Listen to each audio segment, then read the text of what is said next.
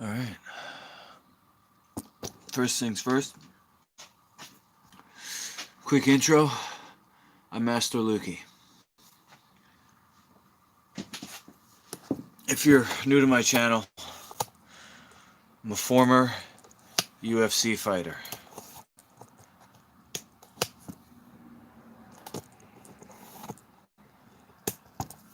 And professional mixed martial artist. I received mild traumatic brain injury from what's called subconcussive impact. So, people know me. I never got knocked out. I never submitted. But I did receive, not just in fights, but in training over the course of, let's see. So, I stopped doing head contact in 2014. So, I started in 1995. So, that's 19 years of subconcussive impact. So I came up with a system, and I'll just quickly take you to my website, and then you'll know just for the future.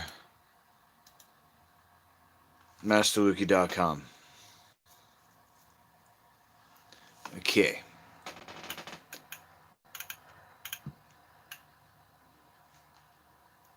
Wow, what do you hear? I'm trying to get the right angle for this camera. Right here is the red light. My code name in the native tradition is Red Owl, and that's what this health news is about. So what I'll do is I'll take my kitchen island, roll it over here, get this going like this, so I can see. Flip it around. Okay. And then I'm going to zoom in. Whoop, too much.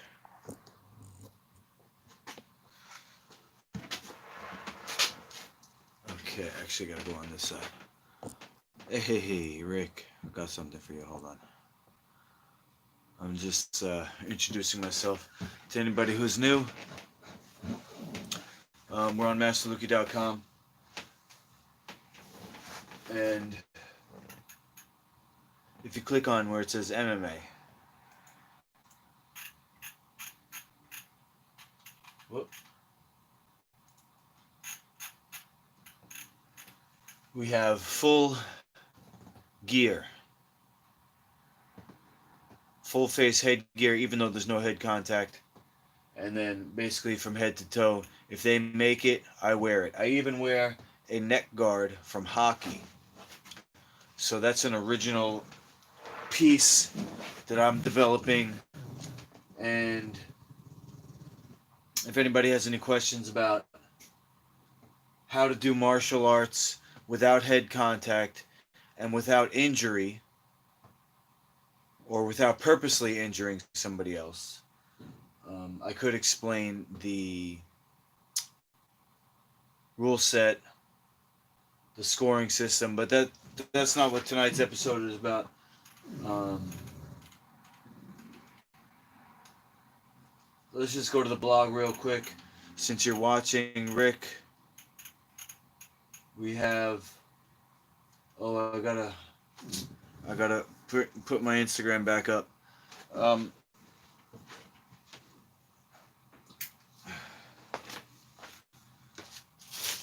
your gloves came in today. Actually, yesterday. Today's Sunday, so they didn't ship, but tomorrow they'll ship. Okay, we got a left-handed size large. They come with a grip bar, which I'm going to remove. I'm going to take a small scissors and cut a very small hole here, like the size of a fingernail squeezing. Okay, and then I'm going to put a small tip pliers and pull out the grip bar. This way there's nothing in your fist here, and you'll have a full fist. So this is an original concept that you're only going to get on masterluki.com. Another cool website.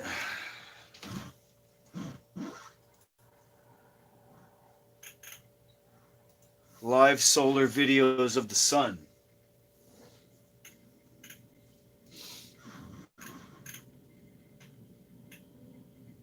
This is the last 24 hours.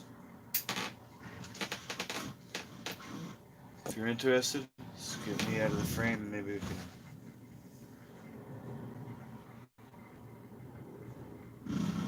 If I'm out of frame, is it going to zoom in? Hold on, you got to get a better angle. Let's go like this. There we go. This is the sun over the last 24 hours. You can see the timer down there.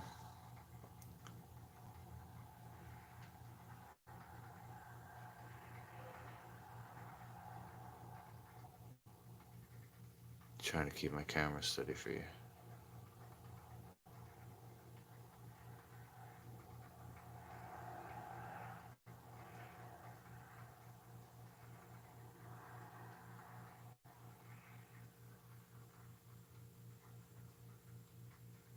Boom.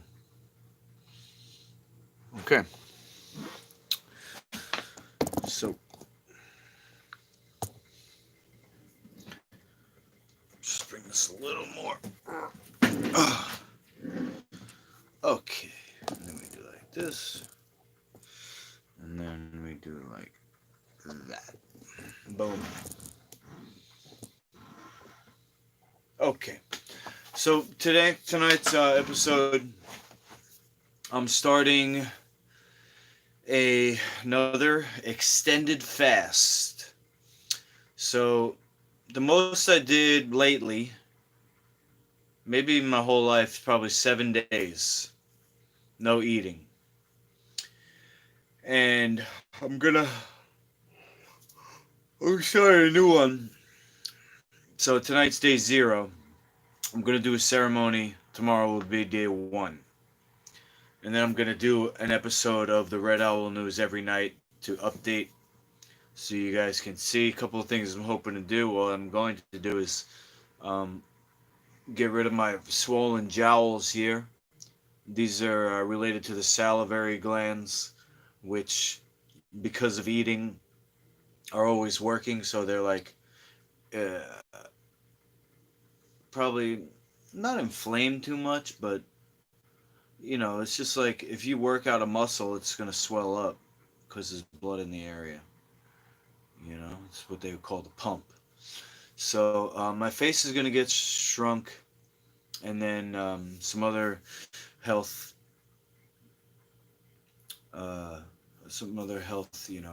developments that I'm gunning for. So let's see. The ceremony I'm going to do is a 4-directional ceremony. And because it's about eating, I'm going to use a pomegranate. And what we'll do is we'll look at the pomegranate here. It's actually a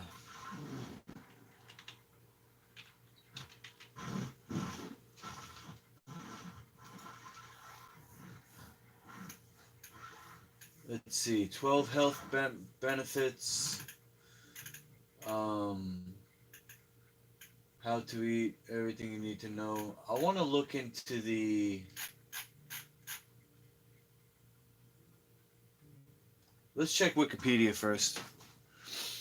Okay, because there's something about it being good luck. The pomegranate originated in the region extending from Iran to northern India, and has been cultivated since ancient times throughout the Mediterranean region.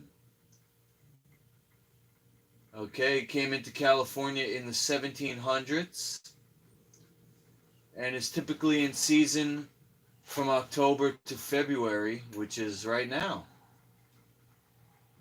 Okay. Oh wow, you can make alcohol out of it. Wow. All right. History and folk medicine. Here we go. This is what I was looking for. Oh, symbolism. Hold on. In India's ancient Ayurveda system of traditional medicine, the pomegranate is frequently described as an ingredient in remedies. Okay. Symbolism. Ancient Egyptians regarded the pomegranate as a symbol of prosperity and ambition. Okay?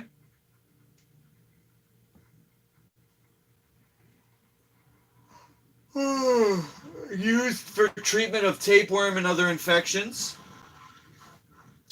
Okay. Let's see. Known as the fruit of the dead. I wonder what that means. I'm gonna say that has to do with business. You know, in terms of framing, I always take death to mean something to do with war and business. You know, like the skull and crossbones type of thing is piracy. So instead of me thinking about fruit of the dead, I'm thinking about fruit of business. Because I'm a health coach, so this fast that I'm starting tomorrow, or technically tonight, is going to be good for business. Okay, let's see.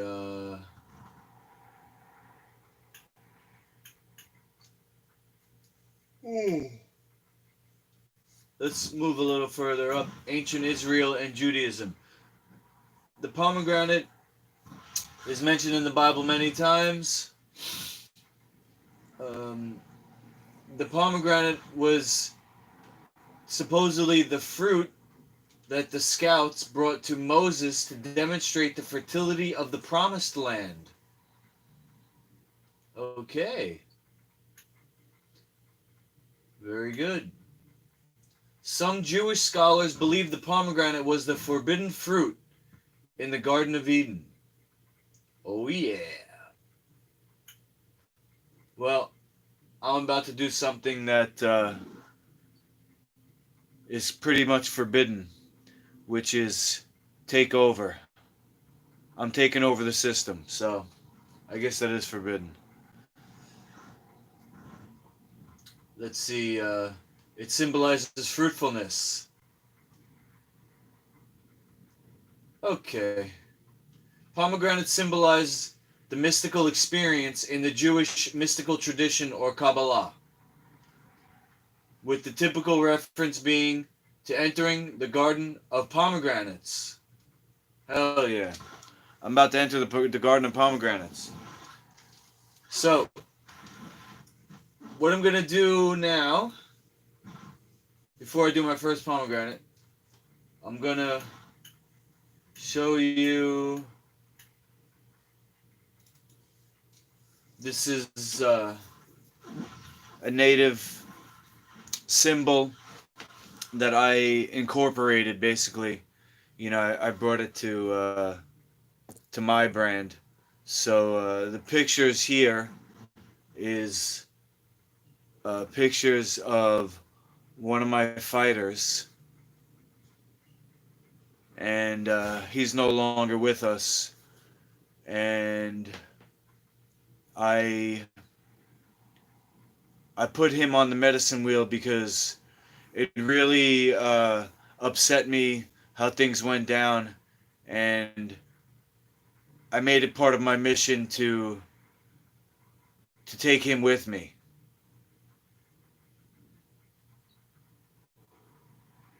He'll always be with me. And my mission is to heal. So this represents the four directions. It's a symbol that's used in Native American spiritual tradition. And I'm going to use it to do this ceremony. Okay, so it's actually 5 different pomegranates because I'm starting in the north, and then I'm gonna end up in the north again. So it's 1, 2, 3, 4, 5, back to the beginning. Even though it's a four cornered a four directions, it's actually five pomegranates. So let me flip this over so I can get a good angle on my cutting board. I'll show you how to make a pomegranate and put the good light on.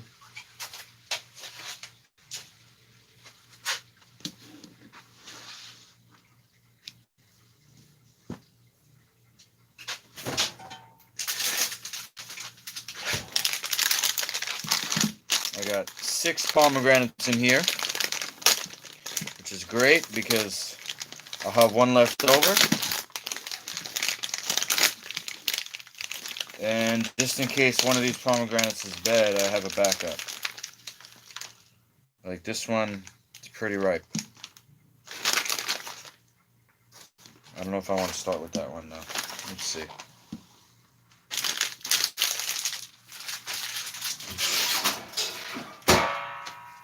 Alright, so basically the way that I'm facing, the direction I'm facing right now is the north. Alright, so this, let's see. This direction behind me is the south. Straight ahead is the north. And in this ceremony, in the 4-directional ceremony, you start facing the north. Okay, so basically what I do is zoom out, maybe? No. Okay. So what I do is I take the first pomegranate. Hold on, I gotta put the camera up so my head doesn't get cut off. How's that? Okay. So I take the first pomegranate, I face to the north, and I declare my intention. So I'm speaking out into existence, and just to take you along with me, this is what I'm looking at actually. Hanging above my bed. It's my face on the God of War, which was a piece of art that I took off the internet. I put my face over it. On the other side of that is a dream catcher. Okay, so that's what I'm looking at while I do this. While I declare my intention, okay? I'm declaring my intention out into existence, and what I'm saying is that this ceremony, the purpose of this ceremony,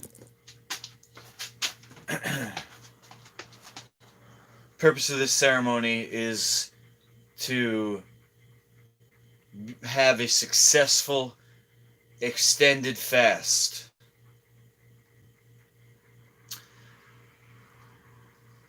This ceremony, and that's really it. That's all you have to say.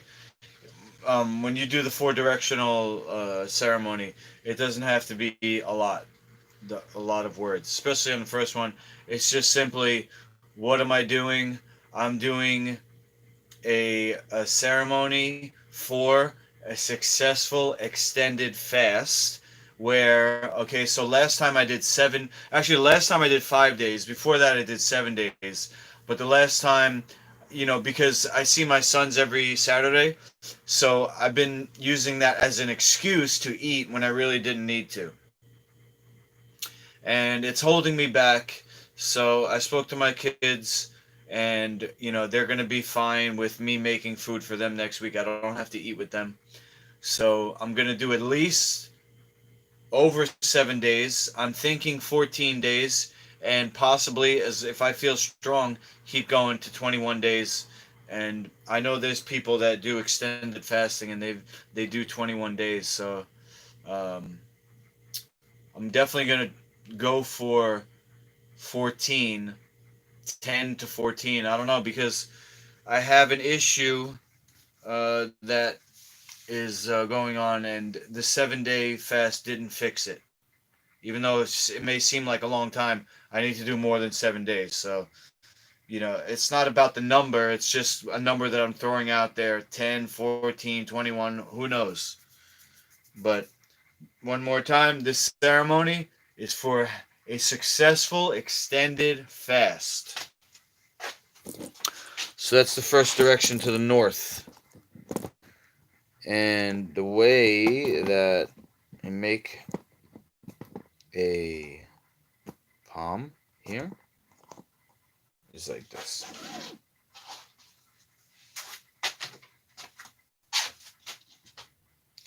So you can kind of see there's like sides, even though it's circular, the sides. So you go along the side, along the side, along the side, along the side. Try to trace the lines here. And that's on the top where like you see one side's kind of flat, it's got a nub, and then this side is the flower. So I think this is the side that connects to the tree. So this would be the bottom. All right. Now we're gonna go from here. We're gonna pop up using the knife, and we're gonna peel this part off.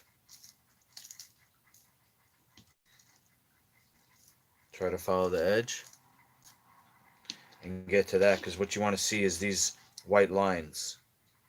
The pomegranate is segmented. So if you can see, there's like white lines. Like there's 1, 2, 3, 4, 5, 6, 7. Looks like 7 white lines here. That's the segments here. So I'm going to go from the edge of the white line. I'm going to go down all the way. Try not to cut my finger. All right. So you find the white line and you go down towards the other end. It doesn't have to go all the way, but most of the way, because there's a bottom segment too. So you don't need to cut that. You just kind of cut close to it. All right, was that a good angle? Now we're going to crack it on the lines. Shit. Try not to waste it.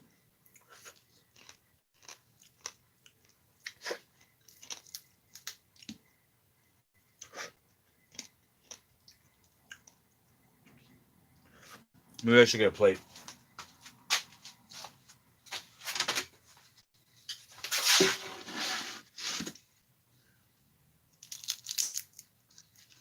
See the segments? Whoop.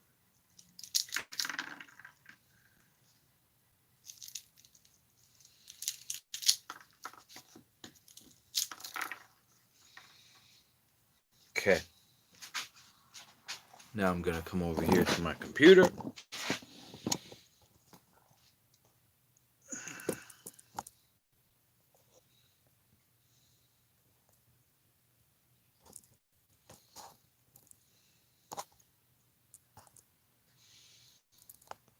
Okay. Let's see. If I do this.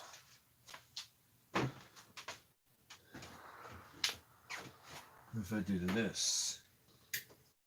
You can still see? How's that? Let me do this too.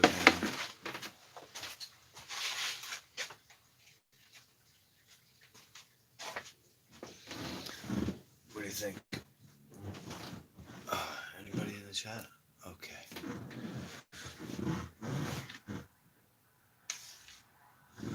So I got my pomegranate here. I'm just gonna put the thing on my lap, and then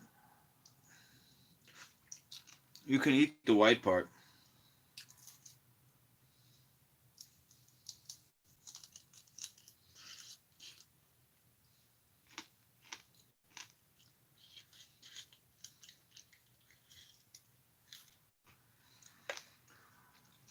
It's a little bitter, but it's like the white part of citrus fruit.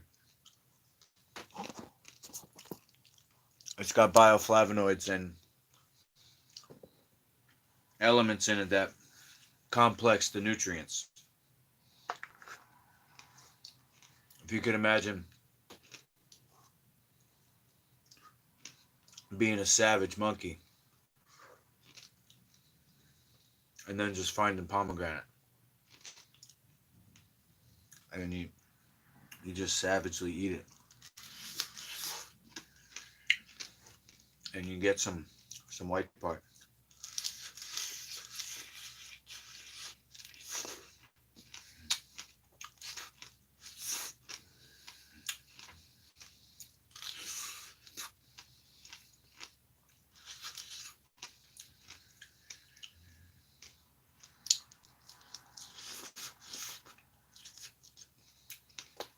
All right, while I'm eating this, let's see if we can learn something together.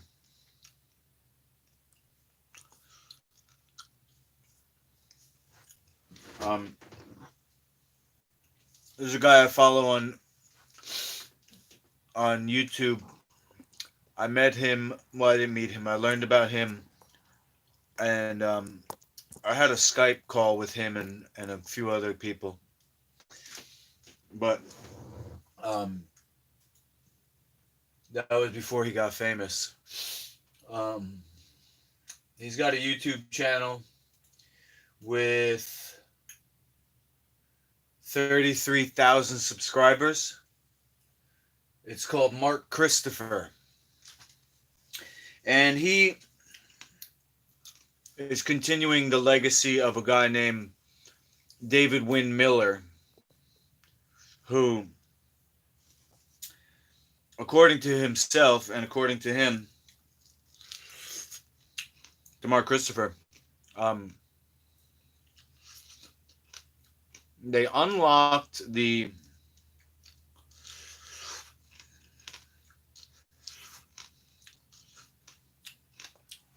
syntax of language. So every letter has a number, and there's a way that they write contracts that's mathematically perfect. It's a bit over my head, but I like their energy and their intention and the things that they say. It makes sense to me. David Wynn Miller, he is no longer with us. He said he learned this stuff after dying, and he came back from the dead, and he I won't be able to do it justice, but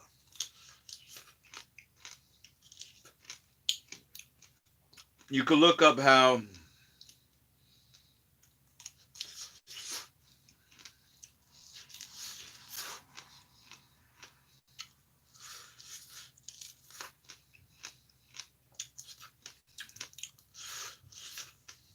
I'll do a little research. Hold on.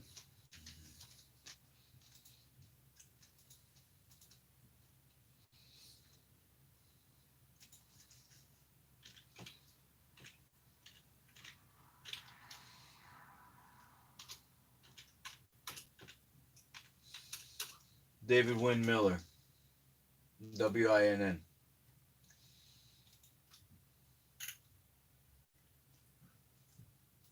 Alright. So, now they had a split when David Wynn Miller died. Mark Christopher split from this guy, Russell Gould. I don't know what the deal was, but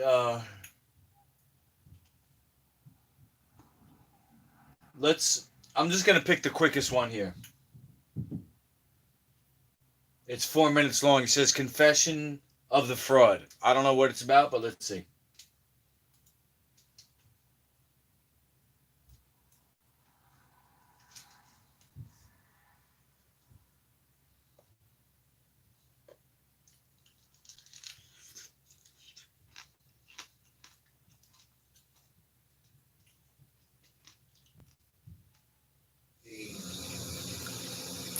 This is which I'm teaching people to accept its structure. Passe, I'm good at Passe now. Good. I'm very good at it. I'm very happy with that. Now, when I got Passe, it had a purging effect on me. It was like, I know that I've got viruses in my head, because that's what the Passe is, the poison prefixes and the suffixes. So I got that out of my head.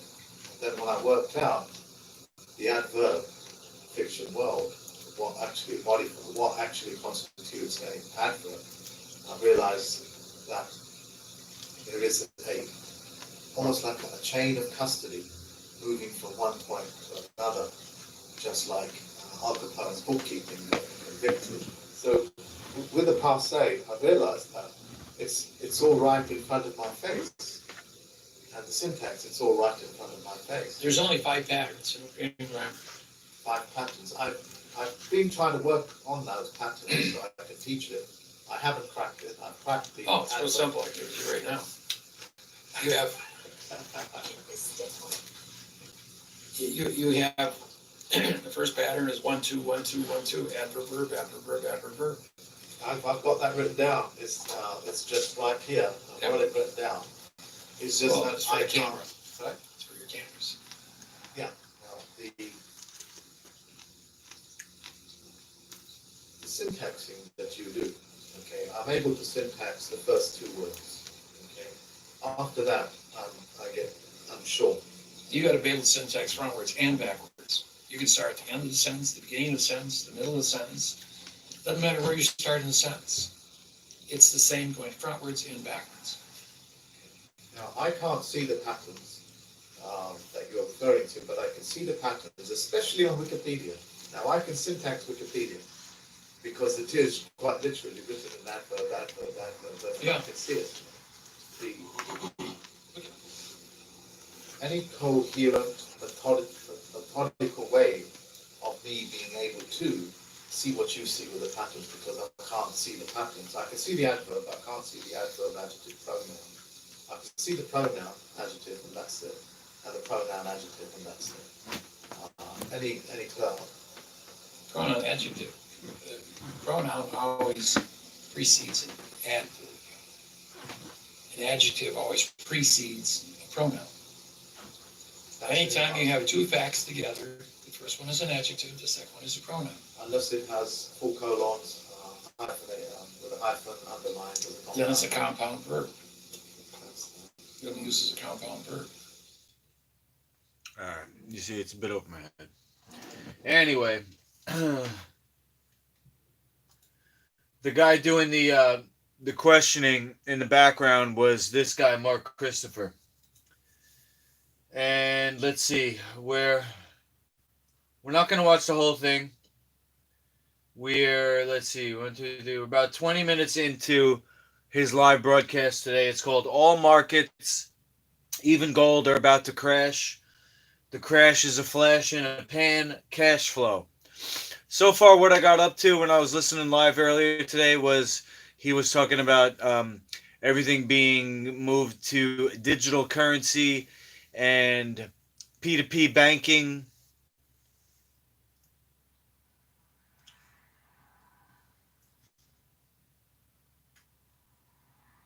And Bitcoin or crypto. Everybody being their own banker, because with crypto you don't need a middleman apparently.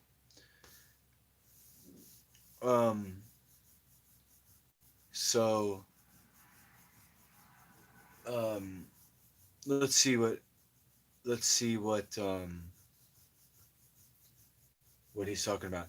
Do I think AI is the future, and am I excited for the singularity? Kimura wants to know. Do I think AI is the future, and am I excited for the singularity? Okay, so I think AI is already here, and I'm excited. I'm excited to have Master Lucky Brand over everything. And I literally believe that. A dead unit, as it were. But the mechanisms in Oh shit! It was live. Hold on.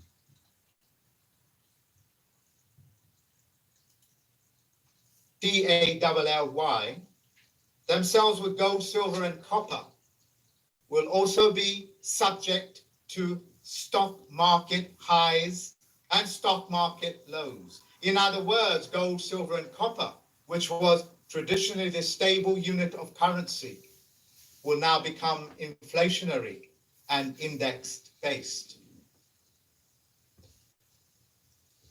The solution. The compters, albeit the controllers of this world, have given you a solution, and there are always solutions. Let me make it very clear. For every one problem you have, nature will give you 10,000 solutions. For every problem I don't that agree is with created by a corporation, there are good men and women on this planet that will give you 10,000 ways to quash it and move on with your life. And we have learned so many of these mechanisms as federal postal court judges. The solution is peer to peer, bank to bank, what is commonly known as cryptocurrencies. Crypto meaning that it is encrypted in simple English, albeit in plain English, which you have now come to know as Bitcoin. And I'm not speaking about Bitcoin itself, but I'm speaking about the principles of a currency that cannot be manipulated, because there is always a solution out. For the moment, I will focus on Bitcoin. Bitcoin is your new gold because it will become a stable currency. Why? Because there are only 21 million units of it. And the cost of mining will be so high, the CPU power and the electricity to mine these coins, as it were, will be so high that it becomes just like gold, silver, and copper was to the Romans, or to this day it is. But that's going to be changing. In other words, it's non-inflationary. Bitcoin, or the cryptocurrency, is and will be and become the new unit of measure of your own sweat equity. And here's the beauty of it. A Chinese person producing something of an identical energy, as it were. The amount of work that he puts into it, identical to anybody in the Western Hemisphere, Southern Hemisphere, or any part of the world, will have the same unit of measure. Which means it's only now fair. on a more geometric level playing field that you and I can possibly imagine at this stage, because it is new. Right. Imagine that we have now got a non-inflationary currency. Not only that, this currency will allow you to become the bank. It will allow you to become the banker, which means you get to keep what is you banked and you do your own banking. How powerful is that? Yeah, I mean, it's only fair that, a dollar here is worth a dollar everywhere. I guess people are upset with how, it seems that the powers that be, the bankers, are doing things secretively. So, I don't know, I guess it's for their own good. I mean, I know personally, if there's an issue that, is a tough issue, I kind of find ways to, instead of just coming right out with it and being like, what's an example? Oh, okay. So, for example, I want custody of my kids. I have to provide for them. So instead of going to family court, back to family court, which I have done, you know, I had to learn, um, just on the value and the merit of my rights as a person, as a man, I have learned that it's going to get me farther if I go not through the courts, but through person to person, like he's saying, with money. So I build Master Luki brand, I get money, then I get custody, which, you know, some people might say, oh well, you know, you should be able to have your kids just by caring for them, you know. And some people do that. You know, you have stay-at-home parents. I was never a stay-at-home parent, although I was the primary care provider. I did go to work at night when their mom came home from her job. You know, I was the primary care provider until the evening, and then, you know, I came home after work at night. So,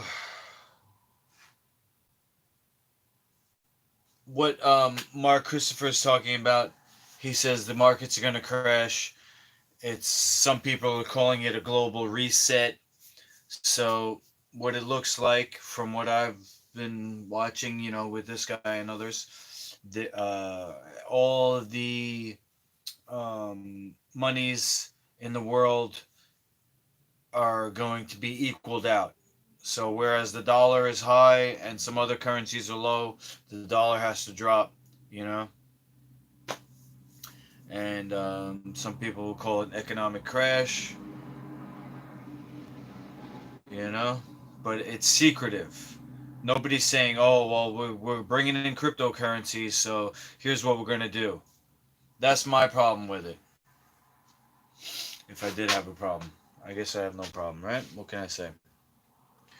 I still got to do what I got to do. And what I'm going to do now is the next direction. Okay, so the first direction is north. I said this is a ceremony for a successful extended fast, okay? And I'm doing this with pomegranates. It can be done with tobacco. Now, we go to the east. And when you go east, when I go east, what I'm thinking is, let me actually come a little bit over this way. And what I'm doing now is, let me show you what I'm facing. This is, let's see, where did I get these? I got some comics from somewhere. And I just cut out various, what do you call them? Fucking squares, blocks, boxes, whatever. And I made a little strip out of various comics. So there's Solo, okay, the One Man War on Terror. This is about me. And so when I'm facing the east for this ceremony, the four directional ceremony, when I'm facing the east, so after I've declared my intention, the next part is to say what's the reason.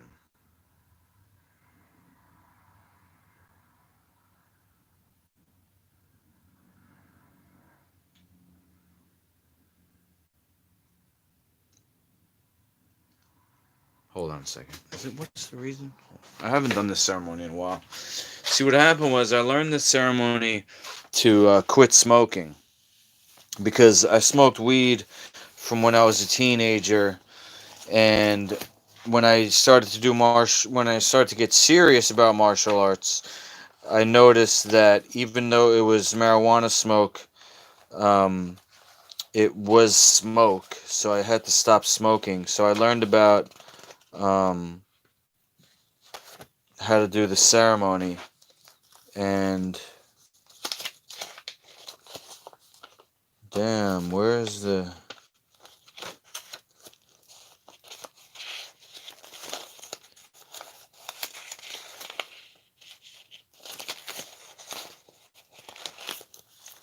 thought I had a piece of paper here. Shit. Hold on, I gotta remember, because the first one is doing the ceremony. The second one is what's the reason. The third one is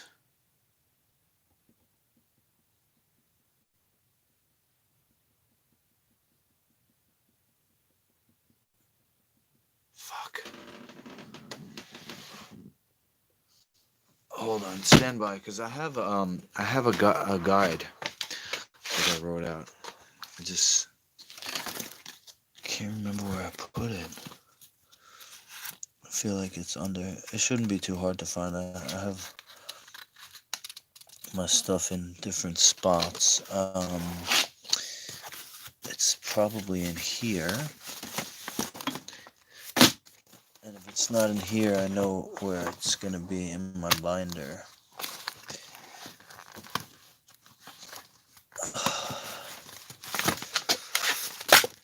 Let's see here. Here's an old design for MMA Mafia.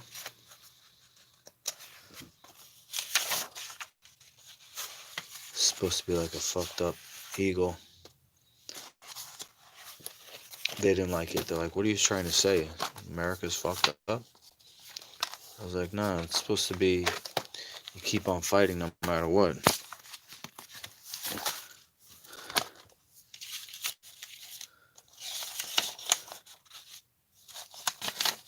Here it is. I knew I had it. Okay. So I brand everything. I brand everything to Master Lukey brand. Oh, that's what it was. Okay.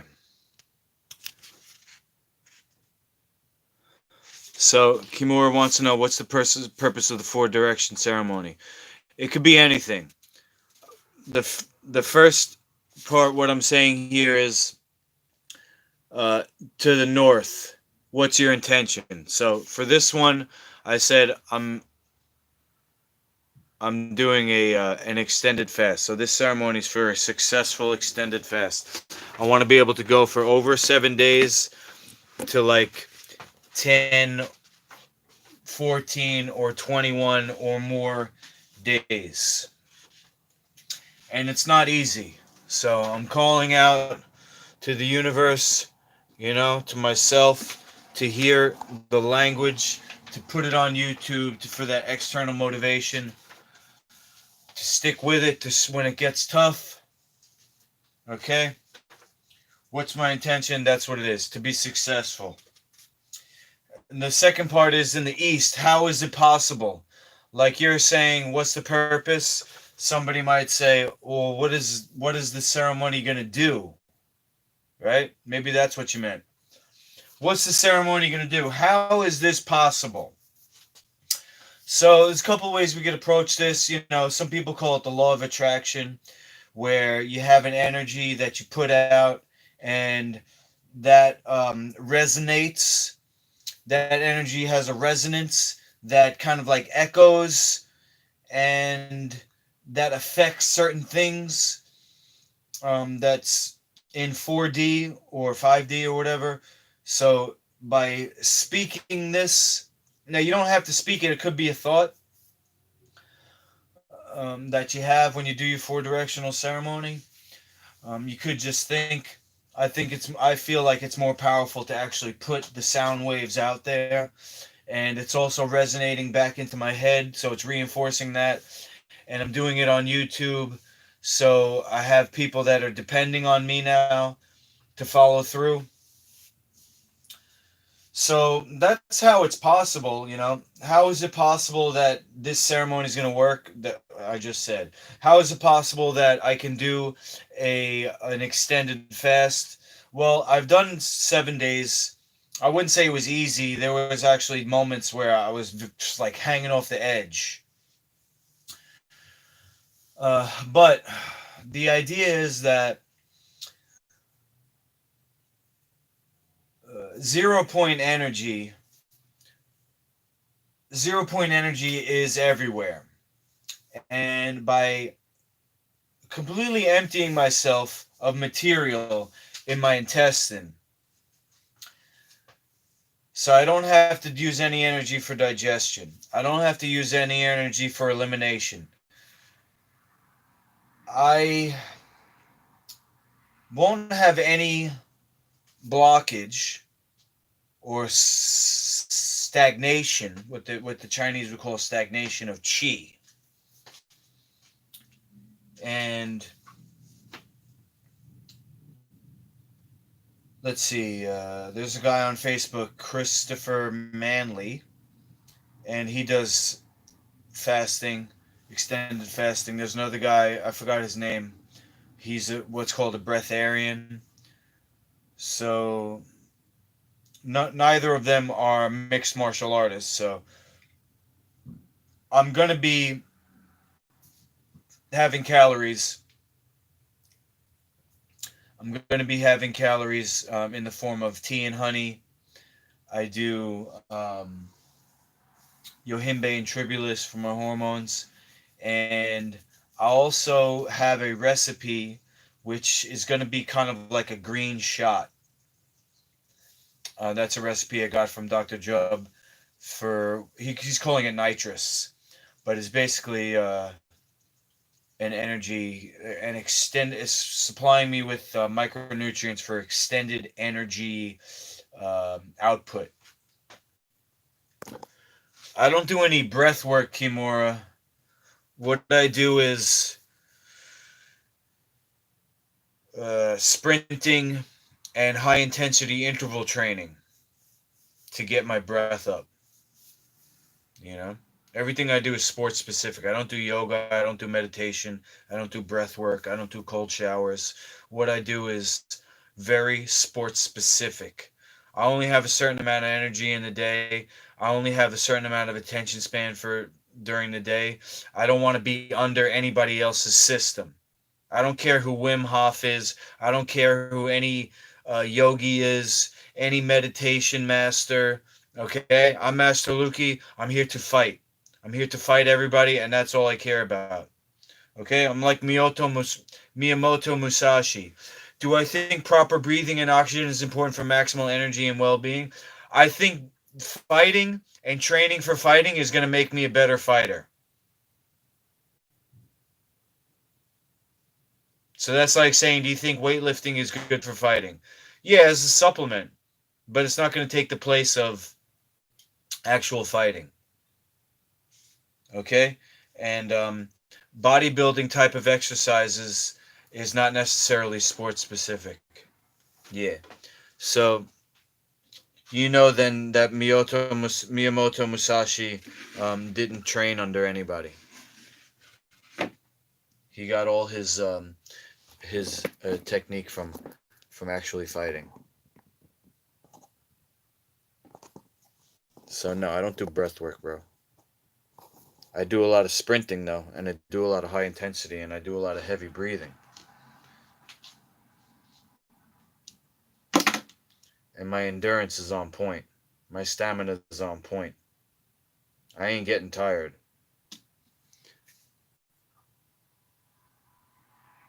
There are supplemental techniques that are beneficial. Well, look, I think it's an old method. I think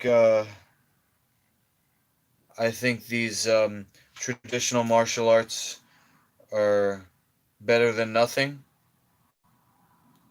But I don't think you have to do something just because somebody else said it.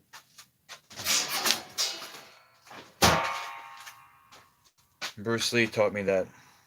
He said, don't follow anyone else. Come up with your own style. I have breathing techniques. It's called sprinting and high intensity interval training. And that's that, okay? So, how is it possible? That was the East, all right? So now I'm going to do my second. I hope I explained that. I don't mean like Wim Hof breathing exercises. This is Kimura still. I mean the importance of proper breathing and posture for energy. Yeah. Okay. Yeah, that's technique. I don't know what you're trying to say. Do I not breathe enough? I know I have bad posture. My muscles trained. I do things to fix it, but we're talking about 20 years of doing something and then the last 5 years trying to fix it back. You know? I'm just going to leave good tracks where I go. I don't care about being perfect. I just need to do what I came here to do.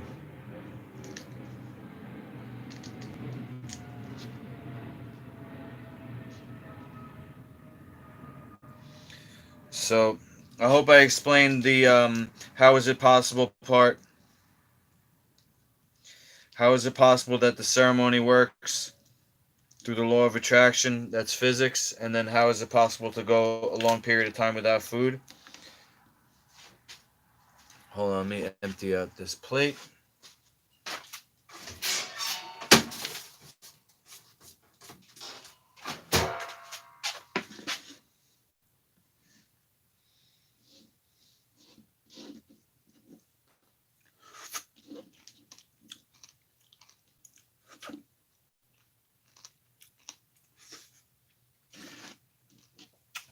Oh, you were asking me because somebody's telling you need to practice that stuff? Well, look, man. If you're asking me and I'm your teacher and you're saying I want to be the best I can be,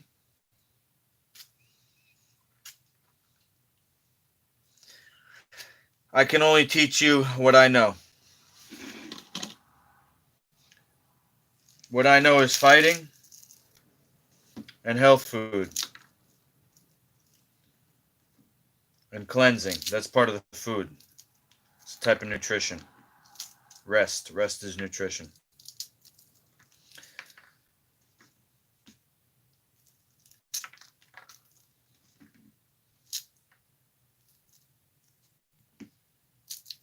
Another thing I did for breathing, which I haven't done in a while, is swimming. You know, it's a type of sprinting. Anyway, you know more than that? Nah.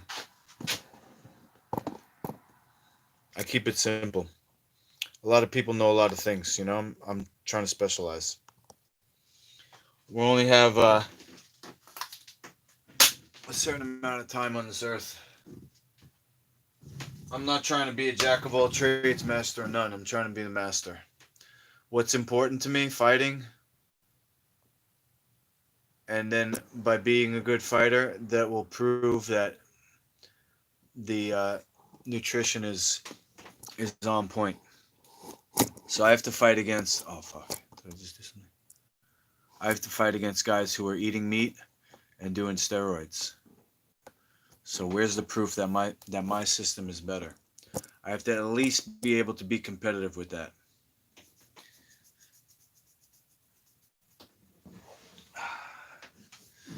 So if you're talking to me about breathing exercises, it's going to be in the context of fighting. I'm going to be fighting either Friday, this Friday coming up, or if I can't get something this Friday, I'll definitely do next Friday. There's a guy in my gym who teaches the military combatives course, and his students, you know, are military, and those are the guys that I'm gonna fight. It's gonna be live. Gonna talk to Kurt tomorrow. He asked me last night if I was gonna stream. He's volunteered to do the Master Luki app, or at least the initial version. So we're gonna do a live YouTube and use the Master Luki app for people to be scorekeepers. So wherever you're watching in the world, you're going to be able to give me and the guy or whoever's fighting a score. And when I tour, that's going to be the way that me versus whoever I'm fighting is going to get paid. Because at the end of the day, it's got to be a business, a profitable business, because I need investors. You know, I need to make money, and my investors need to get paid. So, shit, we got that line there of the light. Let me turn this up. Oh, on? That's on? Okay. Turn this off. And then this on.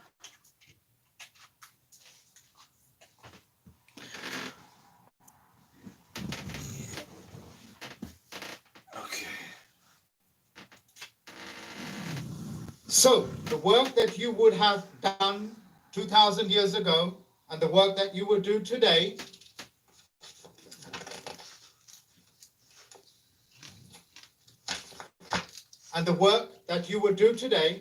will be compensated in the same unit of measure.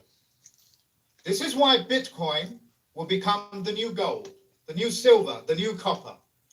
To all the thousands of individuals and the millions of businesses out there, you now need to convert into this non-inflationary, factual, peer-to-peer, bank-to-bank currency unit.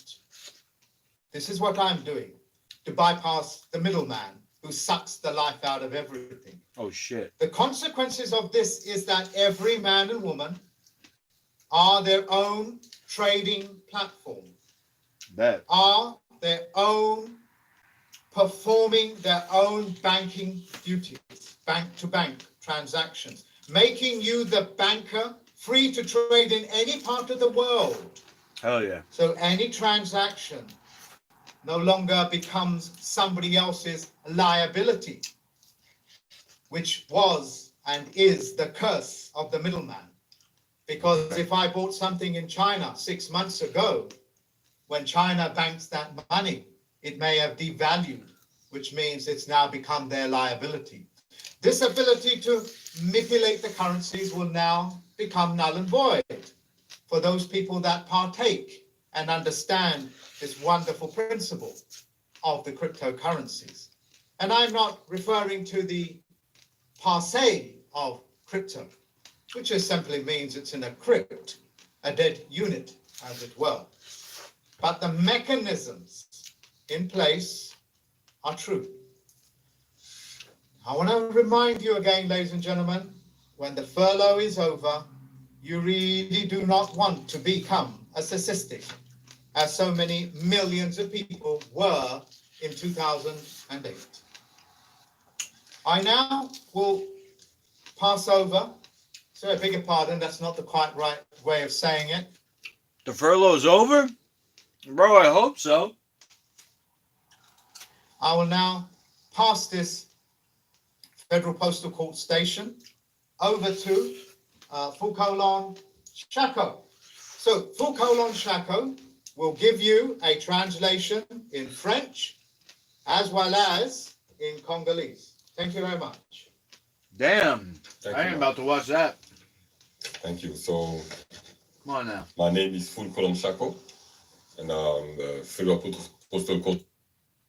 Innymi finansowymi instytucjami w przeszłości. Damn. Oznacza to, że każdy kredyt hipoteczny, który jest tak naprawdę zastawem aż do śmierci, We're fast forwarding. As you've heard, ladies and gentlemen, we have done our very best to bring the message to you in as many languages as possible. It's always your first step that makes the difference. There was a comment about a particular individual. There was a comment on the comments box about a particular individual. I think it was Gates or somebody. They asked us, why aren't they in prison? Well, why don't you launch a complaint with us? And then we can start the procedure as Chief Federal Postal Court judges and witnesses to their fraud. because these people are not just going to simply walk themselves into prison saying, we've been a very bad boy, Oh shit. are they? Take that step, have that faith. And ladies and gentlemen, here is the federal judges and the Friends of the Federal Postal Court judges back again to say goodbye to you folks and to hello. wish you all the best until our next transmission. Bye-bye now, folks. Bye. Bye-bye. Bye-bye now. Bye. Over.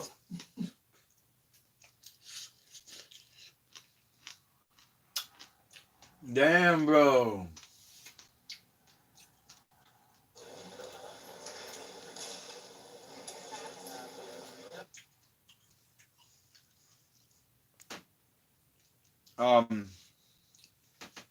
So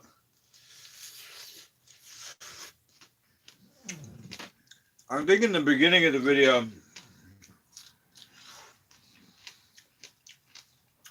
he said there's going to be an election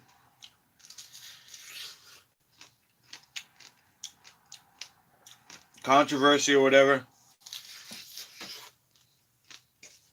And they're going to take 90 days to count the votes. And then that's when all this shit's going to happen with the cryptocurrency.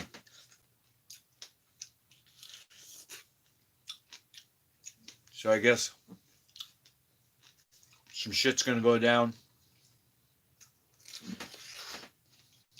with the election. You out of here, Rick? Or are you talking about the election? Some shit's going to go down with the election, and then the cryptocurrency is going to come in. The market's going to crash, and then they're going to bring in the cryptocurrency. I'm not sure.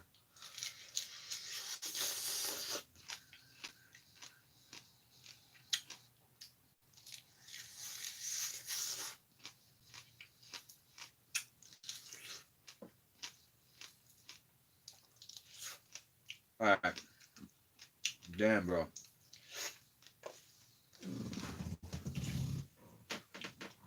The pomegranates are fucking good.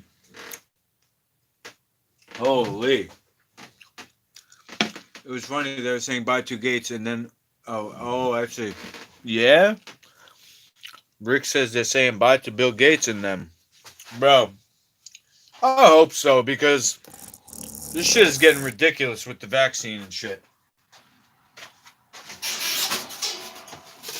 It's like comical. I feel like it's comical.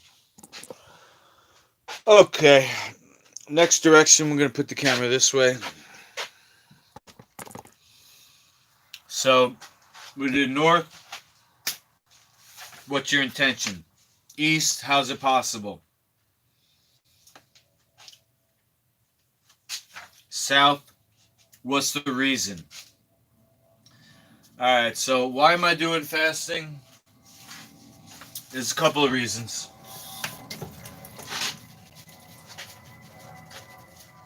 So, for me personally,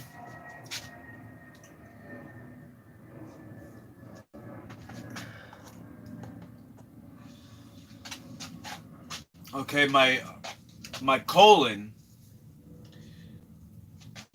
is I can't do this because I feel like my fucking underwear is gonna open up and then I'll get my channel banned. Let me go to the video here. Oh, I got a fart too. See, it's getting bad. This is really like I've let it go too far. But so basically, we have the digestive system.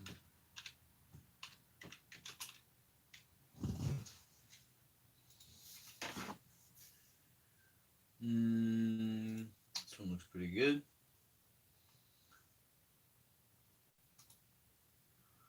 Open image in new tab.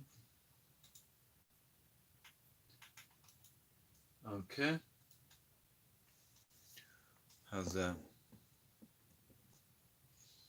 Maybe I'll zoom in for you guys.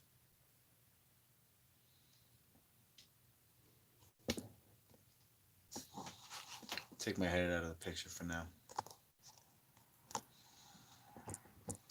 All right. So, okay, now, I guess starting from the top, you have the salivary glands, like I was saying in the beginning. Mine, from being on so much, from eating so much, they just are like, too big. It's like that I work them out too much, and it makes the side of my face look fat. So that's one that's gonna shrink. They gotta rest. Okay, so just to catch you up, when you eat something, you actually, let me see something, because I'm gonna go to my Google Drive, and I have, let's see.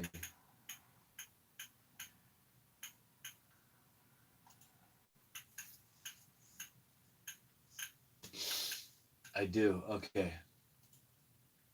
Let's just see. We do need you to let people know about the program that we have, that we offer, and that's possible that you have people that you know could really benefit from this work.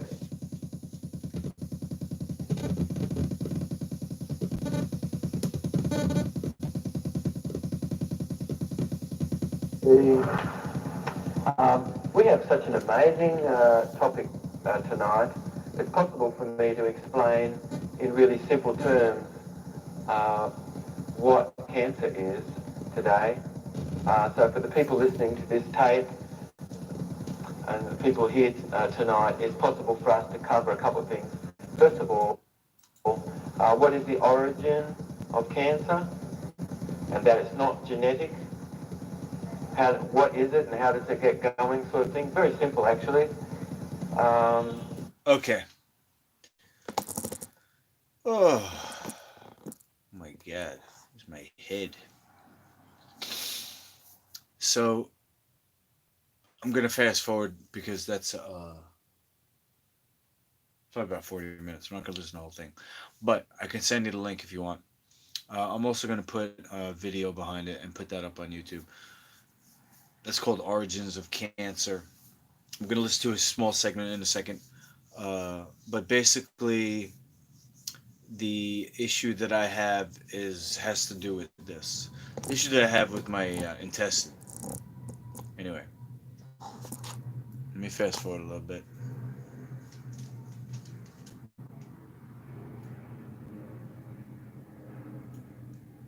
Kellogg was an intern and cut many people open to look at their intestinal tract and made an observation which has been written down and many times has been spoken since. Kellogg probably opened up and saw inside, I know it was well into the thousands, maybe it was tens of thousands of people. But certainly, maybe we only need to really look inside one person and find a heart, and then we can just infer that everybody else has a heart, and no need really to look in 10,000 people to discover that everybody has a heart. So we just look inside one person, and we can say, well, everybody has a heart, this person does, everybody does. Kellogg looked inside some 10,000 people and never saw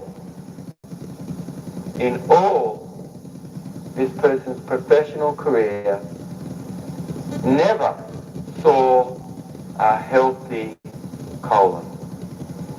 Never. What? All Oh my God, bro. Nobody has a healthy colon? I mean, I know I don't. That's why I'm doing this, but holy shit. I guess it makes sense. I mean, I've been cleansing. I've been strict on my menu for the last over 5 years. But I started cleansing in 2006. So that's 14 years. So I'm probably ahead of the curve on most people. Most people haven't even heard of Life Food. So I guess that makes sense. If I'm still healing my colon after 14 15 years. I mean, I'm about to be fully healed, but yeah, that makes sense. I guess everybody has the same. We all live in the same world, right? So most people eat the same or very super similar, so they got the same condition. I don't know if I skipped the part where he explained how gallstones arise, but let's see. I think that's next.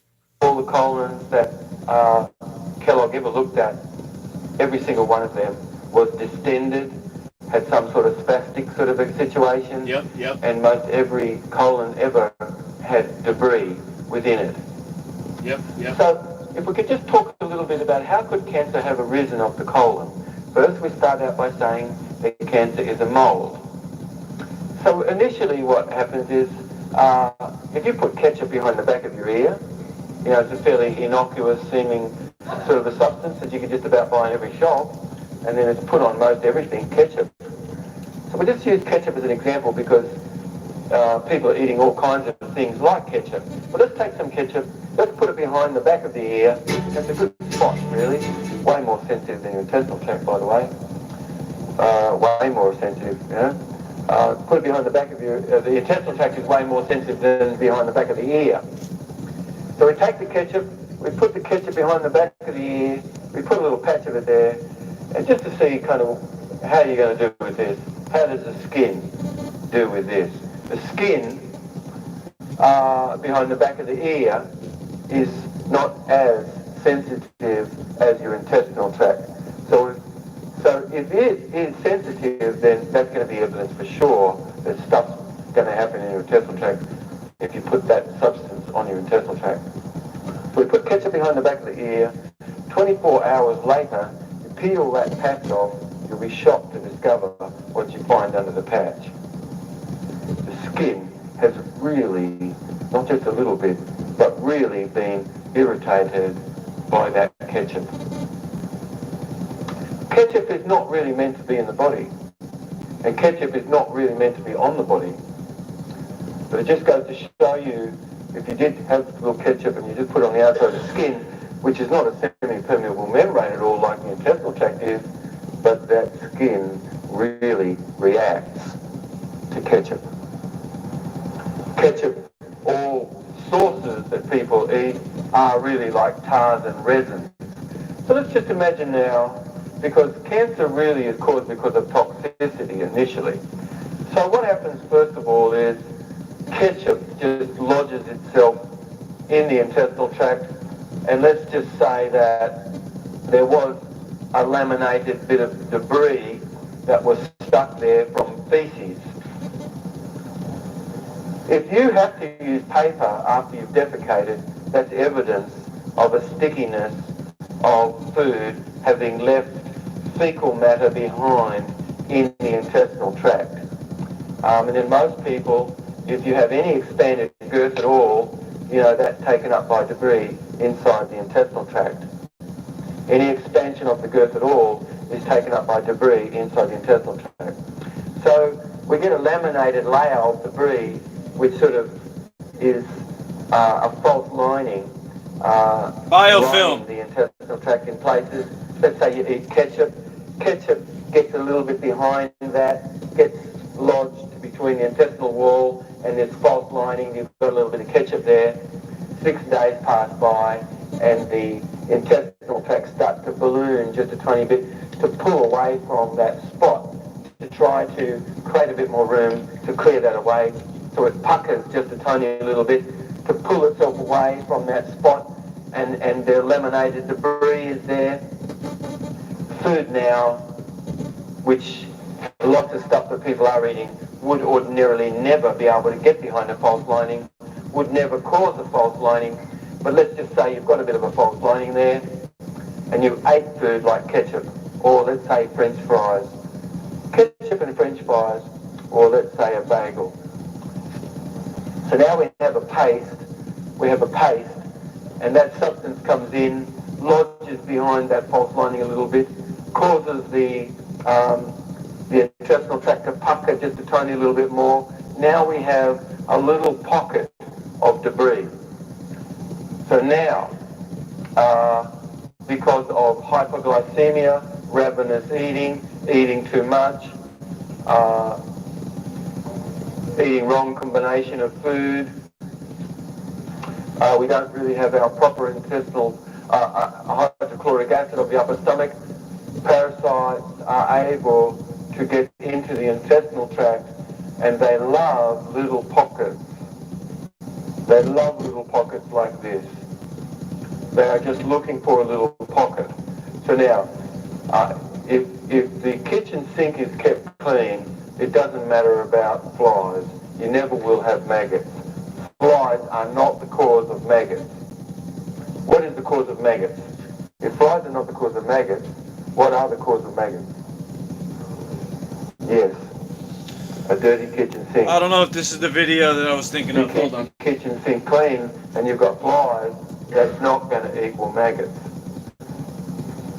But if you keep the kitchen sink less than clean and you have flies, then that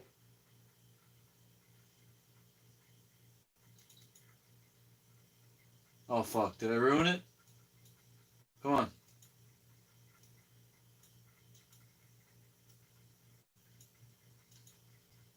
Oh, I gotta restart it. Fuck.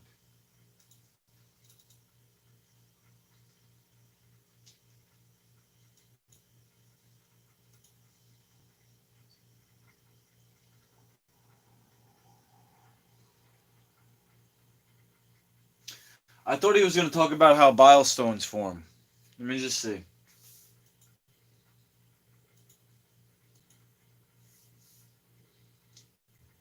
we do need you to let people know about the program that we have, that we offer, and that's possible that you have people that you know could really benefit from this work.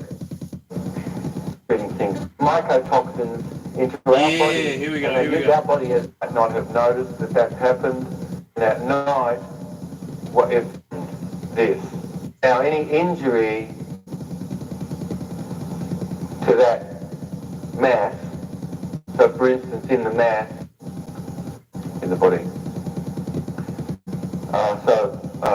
cancer really is caused mostly first of all because there was some small injury, or typically parasites are involved, like pinworms, hookworms, especially for the worms like this, roundworms, ringworms, Oh shit! all Ringworm. kinds of parasites and things have been living in the intestinal tract. And when we eat food which is really not meant to eat, we end up with a material basically that parasites can live off.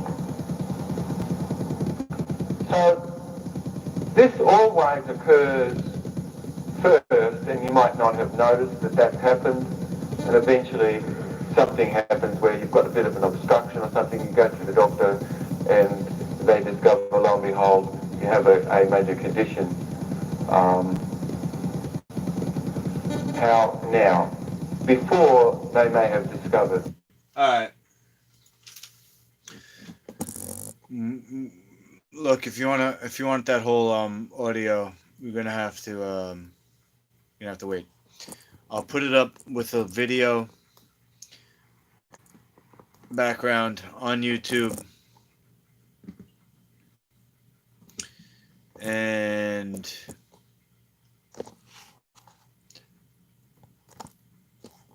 very good. Anyway, cancer. So I basically have colon cancer. For me, personally, right? That's the issue that I have, and so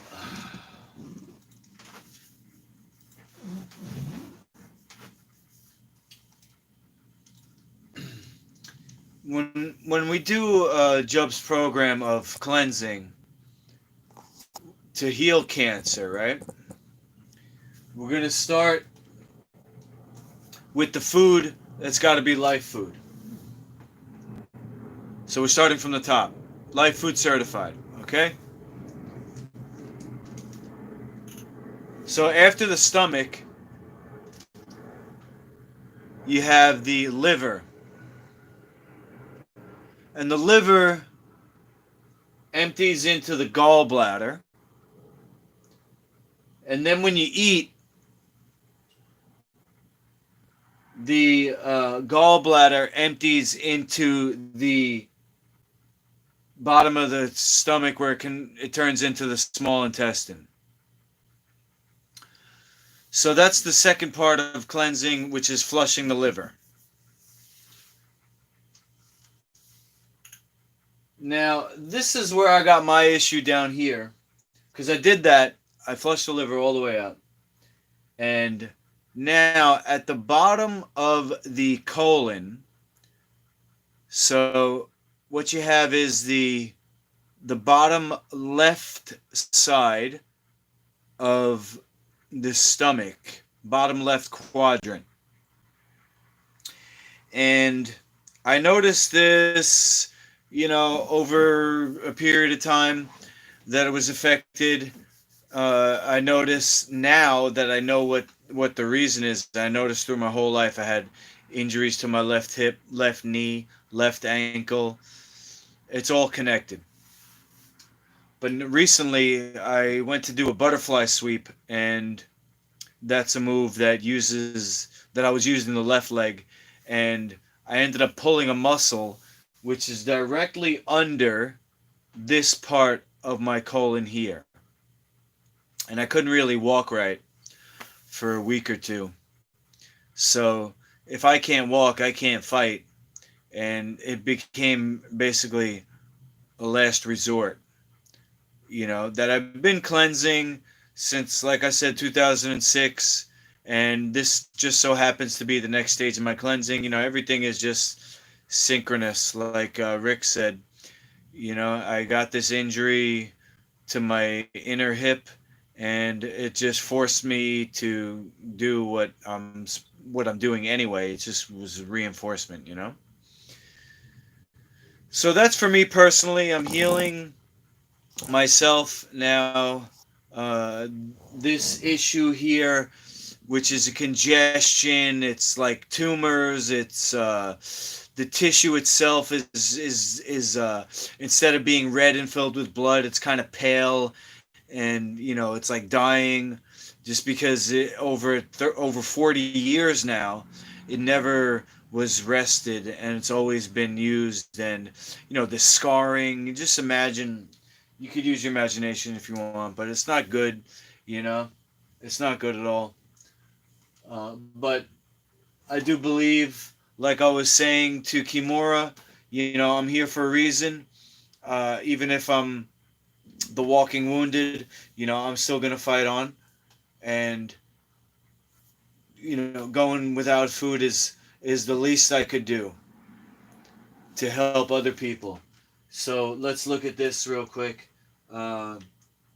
Kids with cancer. So interesting that Dr. Jubb mentioned bagels being a cause of cancer. Bagels were given to my children in front of me in 2013. No, 2012. And I yelled at the person who was giving them bagels, and the kids were there, and they didn't know, so maybe it wasn't the best idea for me to yell in front of the kids, but I was right about it being wrong that they were being fed bagels, because grains and dairy does cause cancer, and I saw the behavior of my children change immediately the first time they were given junk food. That wasn't the first time. By then, they were already living in another house. I just so happened to be, walking into the house where they were living. This was after, we split up, unfortunately. While we were still together, I saw the behavior of the kids, change immediately. This is a narrow gate that we walk through in life. Leukemia is the number one killer of kids. That's blood cancer. And that's something that would never happen on a Life Food certified menu, it would be reversed. And the liver is the organ that cleans the blood. So any kid with leukemia would be healed under my care, and anybody who knows how to do Jubb's cell rejuvenation, which is not super hard to do. If you can be disciplined about anything, I think that you could be disciplined about the health of a child. You know, this is the number one killer of kids. If you go to a hospital and you look at what's being served in the cafeteria, you will understand what's going on in the medical industry. So this next pomegranate that I'm going to eat is for my health. Is I'm sorry. This next direction that I'm facing is me saying, what's the reason? What is my reason? So it's twofold. It's for my own health. It's for the health of the world. It's for the health of these kids that are being killed by ignorance, to say the least. Ignorance by anybody who's been put through the college, the college training to become a doctor, where there's no study of nutrition.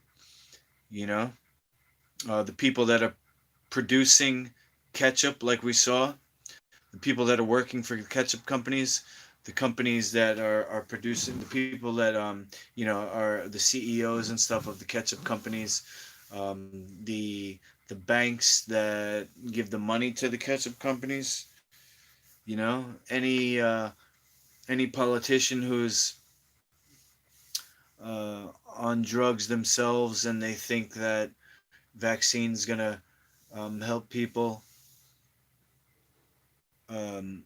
That's ignorant, to say the least. That's the benefit of the doubt. There could be some type of nefarious plot of population control, or racism, or something, social engineering. I'm not initiated. I'm just coming at you from God. I'm coming at you from an innocent place where I'm not initiated in any mystery school. There's a certain amount of information that's available online, and I do study, but there's nobody giving me orders. What I do is from inside myself, and the fact that I'm cleansing and have only eaten pure food from nature, and then on top of that I'm cleansed out, and now the next step is to do fasting. So this energy that's fueling my brain is pure. There's nothing but good intentions. There's no ulterior motive. I'm not in this for the money. I'm in this to heal myself, to fight the system and change the system that causes kids cancer, that causes brain damage in fighters, and environmental destruction.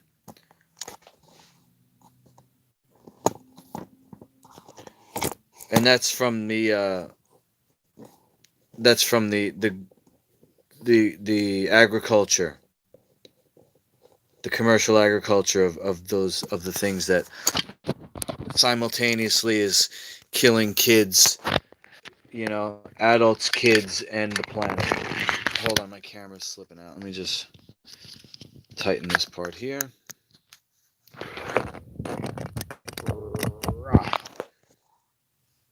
Okay. Turn the light on. All right, how's that? Is that enough of a reason to save myself and the world at the same time? Is that enough of a reason? Let's do this one here. It's like a nice one.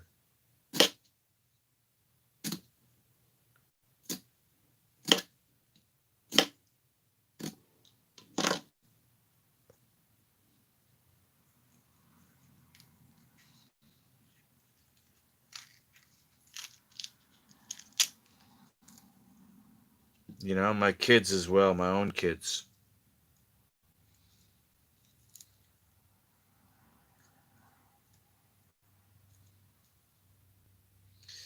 Um, by me fasting and healing, I'll be able to fight, and I'll have so much energy to put towards all the things that's involved with Master Luki brand.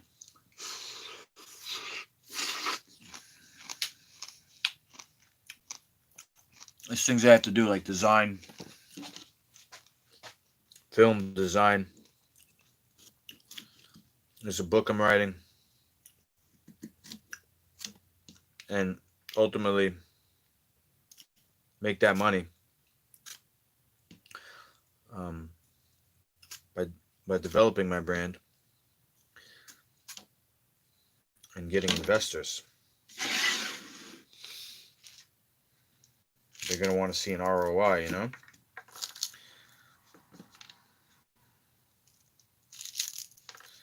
So this is stage one. Ultimately, Master Luki brand is me, right? So I got to make this a product, a good product.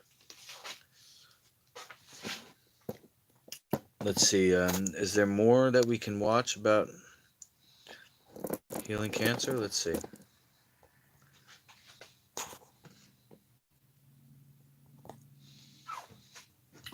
Let's see. Oh, did I exit out? I hope I didn't exit out. No, I didn't. Good. That you can have a large blood cell analysis done if you suspect the possibility that maybe you have a condition inside that's precancerous.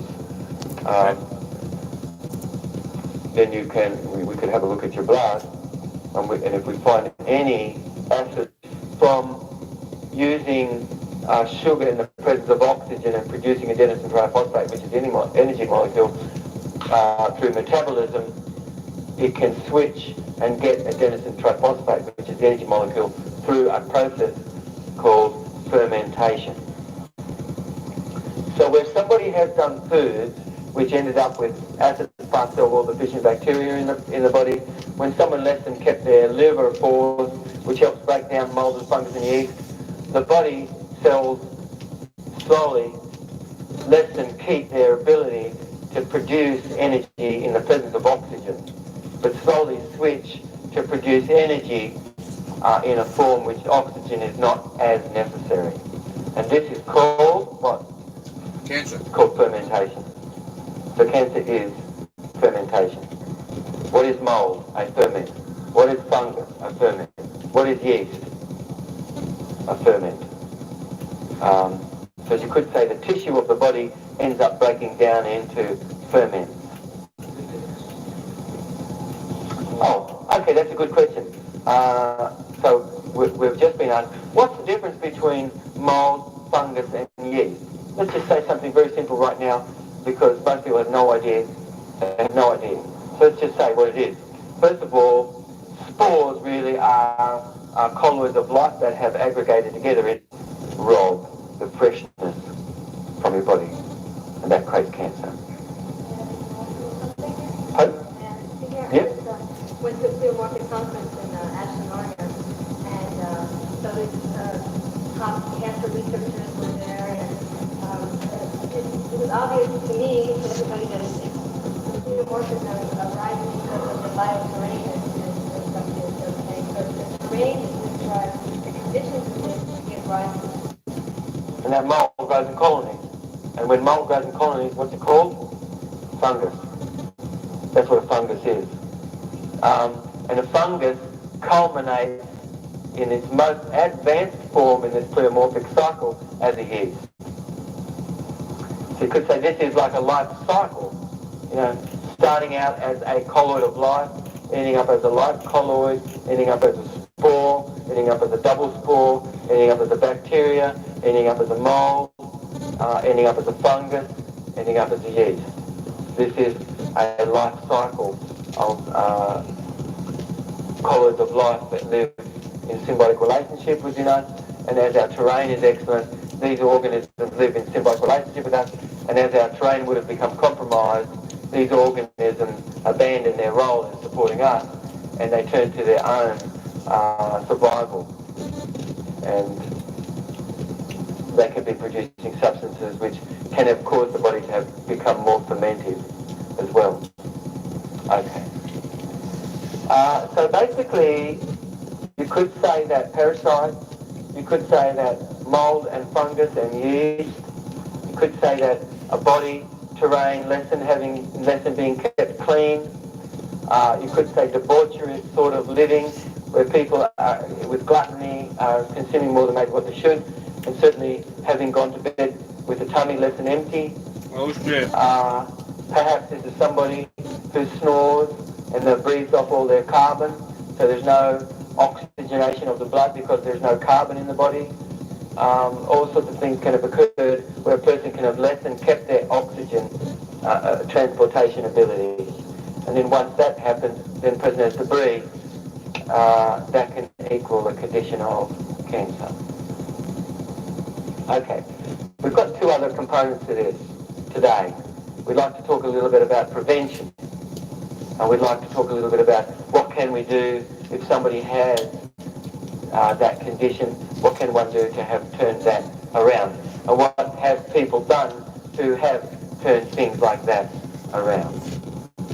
So far, we've talked about what is cancer and the origin of cancer, and I've explained in simplistic terms the origin of cancer, basically. So before we go on to the other two sections, I wonder if there's any questions that relate to how cancer can have arisen.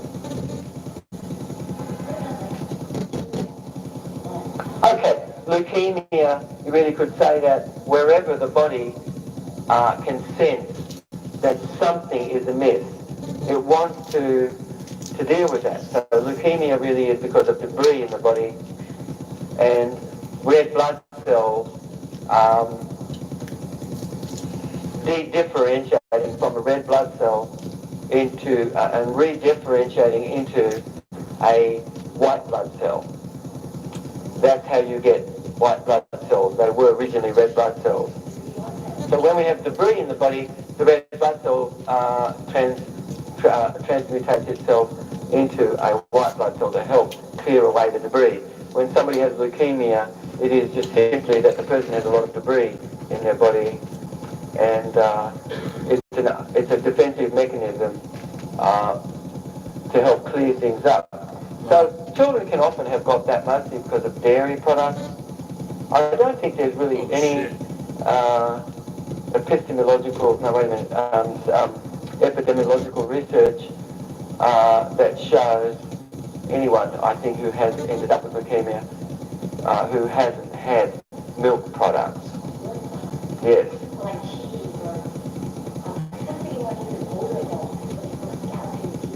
Yes. Galloping leukemia is just simply where there's a lot of debris in the body, and then the body has developed a system to help to clear it away. Wow. And there is no feedback mechanism occurring quite. Because the liver is not working. Damn, bro. How they do that to the kids? Fucking hell.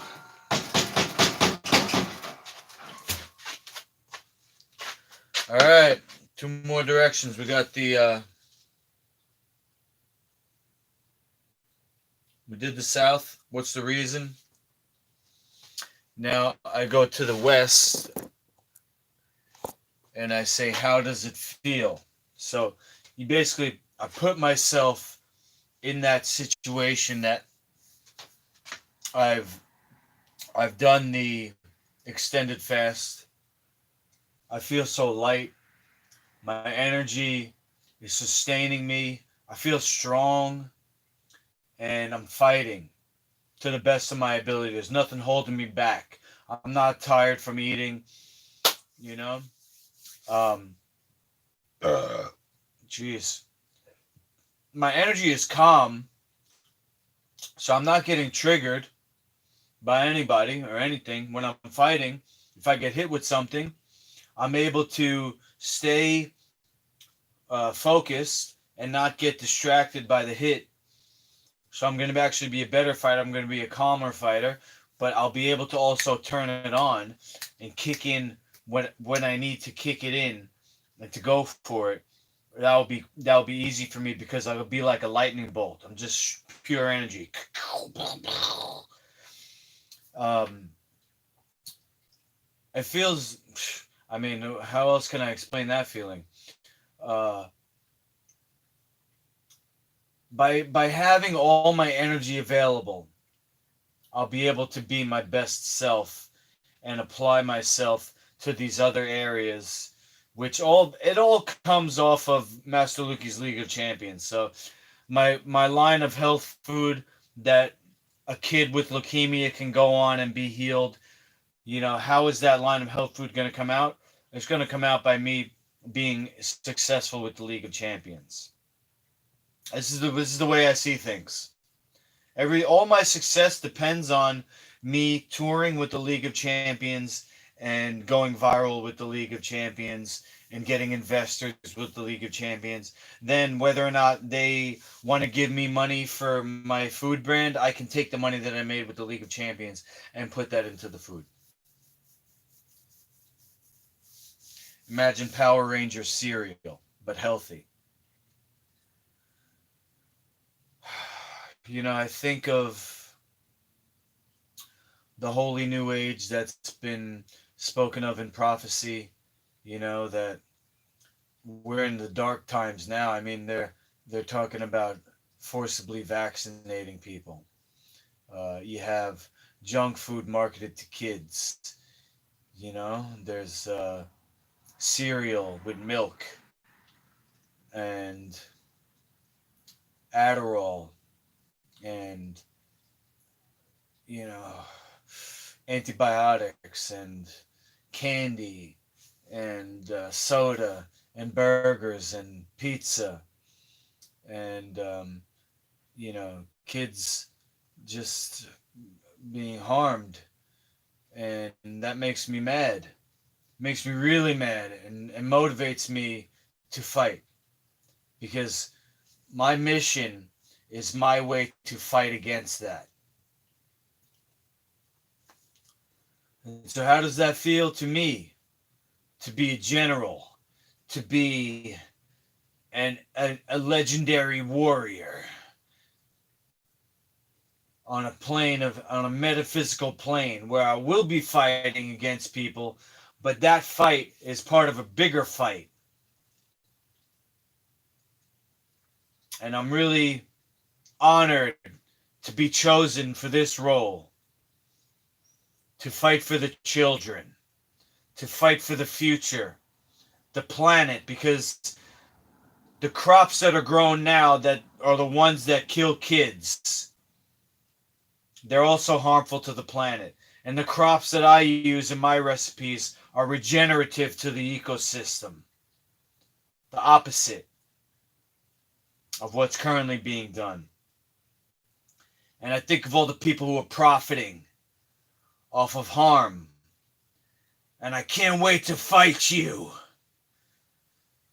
I can't wait to fight you. Makes me mad. So I gotta focus that. And, you know, as I'm fast, I'm probably a bit triggered now because of what's going on in here. So when I cleanse all this out, I'll be able to have that energy like a lightning bolt, but not be triggered. Or triggered in a productive way. I don't know how else to describe it. But that's how I feel about it. And when I'm successful, I'm going to feel way less triggered. I'm going to feel way more content on a certain level. You know, there's always work to be done. Long-term goals after the food is facilities, which will train people how to make the food. Or maybe that'll come off of the arena. You know, I don't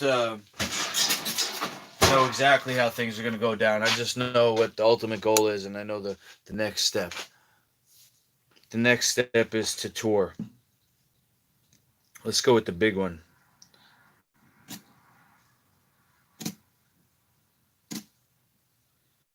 The next step is to vlog my tour, go viral.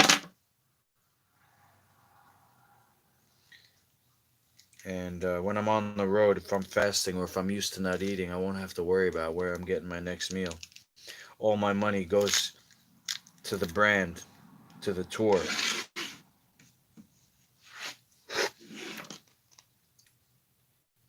So I'll be busy. I feel good about being busy.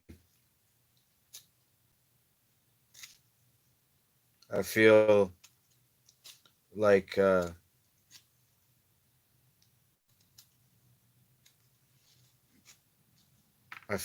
things that make me happy, truly happy, is accomplishments, not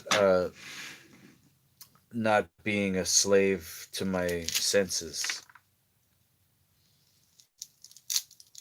but using discipline to take my hunger and transform that into accomplishment. So the feeling that I'm going for is a deep, deep, deep satisfaction.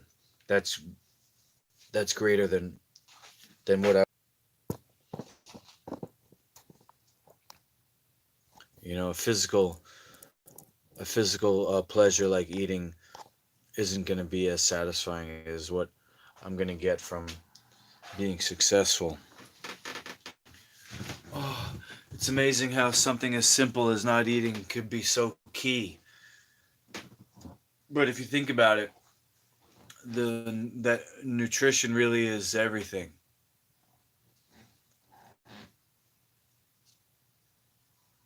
Is nutrition everything? I feel like if I'm healthy, I could do anything. I feel like health is the most important thing. Because health enables perseverance. And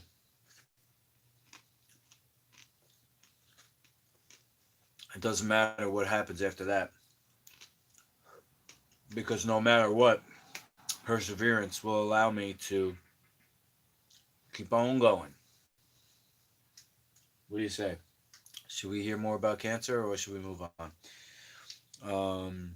Let's see, mission. I'm trying to think what other type of video I could put up while I'm eating this fourth and second to last pomegranate. Fighting, maybe? Let's see. Like there should be, and then it just is sort of a running away kind of a, or quite possibly she can have a condition, or the silver that you have, or the being because of mouth breathing,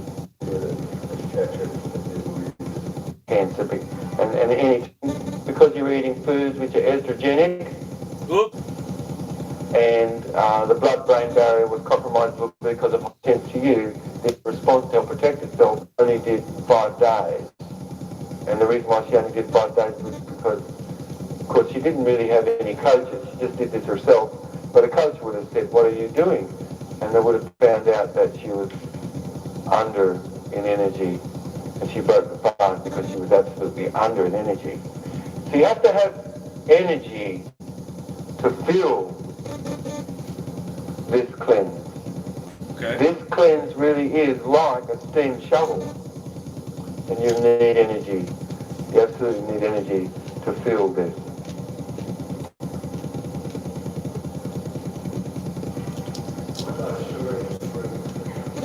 Most fruit is okay, but some fruits really are going to end up with sugar in the blood.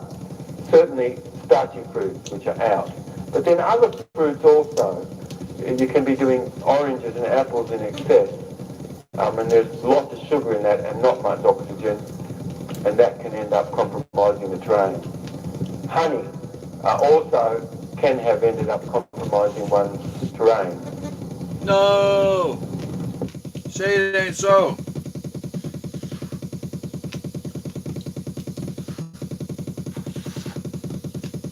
Say it ain't so, Dr. Jubb. I live on honey.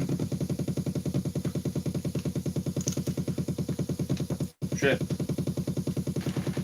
I'm dropping seeds here.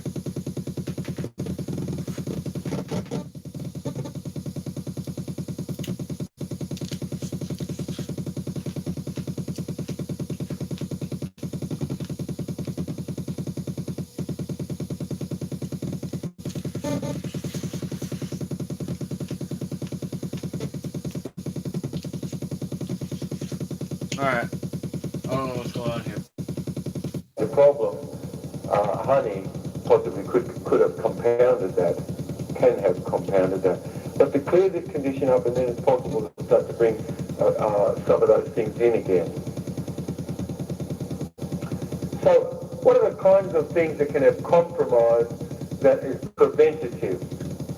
Making sure your tummy's empty at night because you need pancreatic. Making sure you bring in proper levels of antioxidants. What are antioxidants? What are some antioxidants? Alright. We're gonna go back to that. So this is interesting. Another channel, Robert Sepper. SEPEHR. This one's called Lilith and the Sacred Serpent.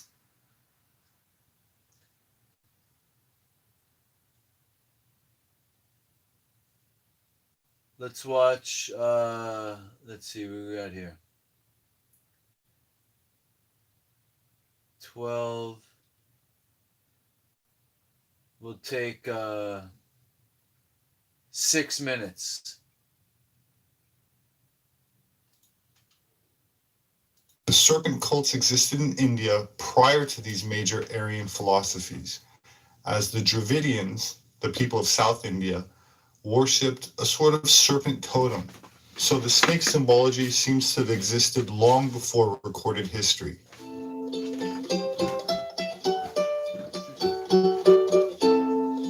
Dragon.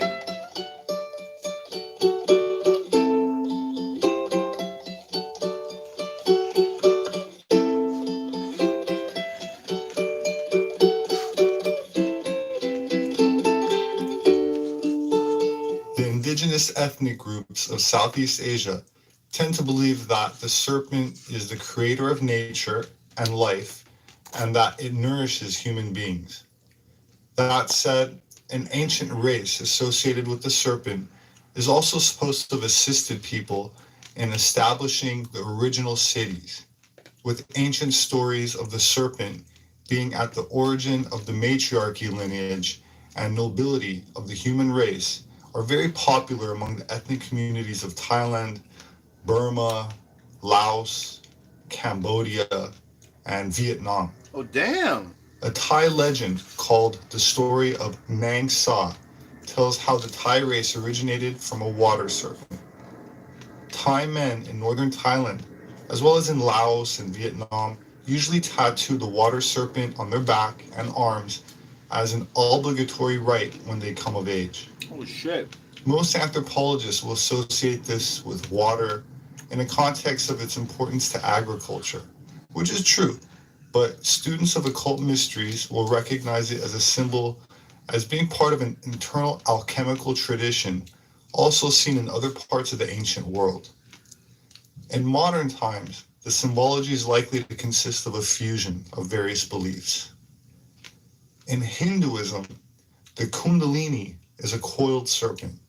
Kundalini is the term for a spiritual energy or life force located at the base of the spine, which can be harnessed and transmuted into creative and spiritual energy, which some claim can nourish the soul or light body and lead to immortality of the consciousness in the afterlife.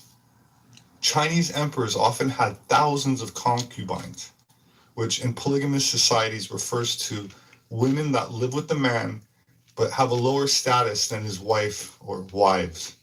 Damn. The ancient Chinese nobility, which I'd like to point out were not the same ethnic demographic as modern communist Chinese, believed that the more sexual partners they had, the longer they would live, both literally and in a spiritual context. The Yellow Emperor, the legendary first emperor of China, from whom all other Chinese are believed to have descended, is reputed to have become immortal by making love with 1,000 young virgins. Okay. While some claim this to be an exaggeration, I would argue that these myths are largely based on truth, as these tantric practices still go on today, even if behind closed doors. In the case of the king of Thailand, his sexual appetite is not that discreet, and his reputation as a playboy is well known by the locals. While his nation went into lockdown, the monarch took emergency quarantine measures and confined himself to a luxury hotel in Germany with dozens of beautiful Thai women trained in the sacred art of tantric sex. Known as a harem of sex soldiers, the king's concubine has grown in number recently and is regarded as a special military unit that caters to his every sexual need, which is legendary even by royal standards. Holy. For the women called to serve their king, it is both an honor and a privilege in the eyes of some, as his personal fortune is estimated to exceed $30 billion. More than half of humanity is under a lockdown. Thailand is no different. But while the people battle the disease, their king has chosen to go in self-isolation in an alpine resort. A unique kind of self-isolation too, with 20 women and an entire entourage. It sounds bizarre because it is. Watch this. Living in self-isolation means being cooped up inside your house. Only stepping out to pick up groceries or essential items. Minimalism is the mantra. But not when you are the king of Thailand. The Thai king, Maha Vajiralongkorn, decided to self-isolate in faraway Germany. The venue? Grand Hotel Fürstenwalde in Bavaria. A 4-star luxury hotel. Not a suite or two. The entire hotel was booked for this lavish quarantine. Hell yeah. But the tale of this one-of-a-kind isolation does not end here. Accompanying the king are 20 women. You heard that right. The king of Thailand has taken along 20 female concubines and some servants. Reports also say more servants would have been a part of the entourage, but 119 were sent home after they were suspected to be infected with the coronavirus. So the king had taken almost 140 trained sex soldiers with him into isolation, but had to send 119 of them back out of fears of infection. So he had to make do with only 20 of the tantric elite, with a staff of servants, of course. His current wife is not staying with them, as she's quarantined by herself in a separate hotel in Switzerland. Based on his high level of stamina, it seems likely that the king is practicing ancient internal alchemy, as some emperors believed that they could gain immortality from having sex with as many women as possible, but never ejaculating. Around the year 600 AD, the last Sue emperor took the throne after murdering his father and older brother. He had a queen, 2 deputy queens, 6 royal consorts, 72 madams, and 3,000 palace maidens, but even that wasn't enough to satisfy him sexually. He had a particular thing for teenage virgins and reportedly used a virgin wheelchair to capture them. According to a palace historian, after the girl was seated, quote, clamps would automatically spring up to hold her arms and spread her legs apart, while the mechanized cushion would place her body in the right position to receive the royal favor. Imperial women also indulged themselves. Empress Wu Zetian was a 7th century ruler who had her own harem of men.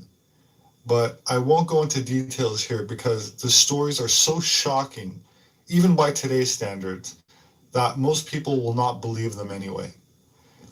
It was thought that organizing the emperor's sex life into a regimented order was essential to maintaining the well-being of the entire Chinese Empire.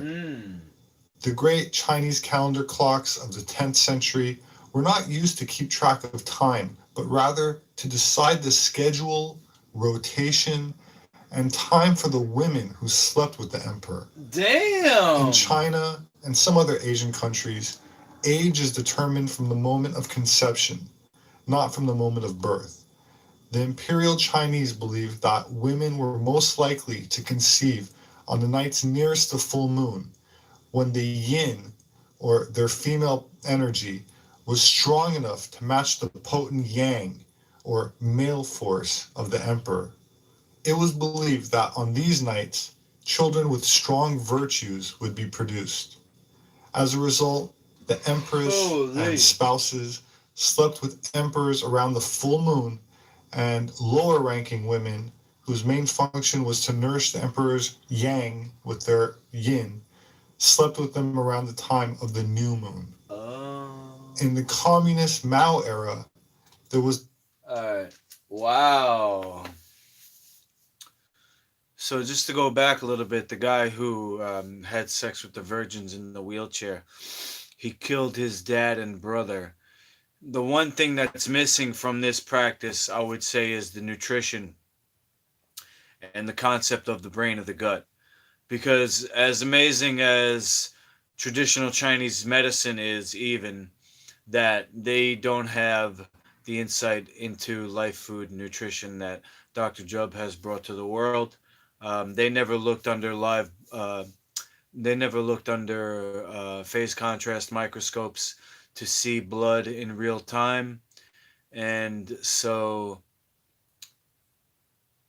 you know, I think maybe this Thai emperor, Thai king, he's probably taken drugs as well, you know, to keep up with these 20 women. You know, I've had sex before,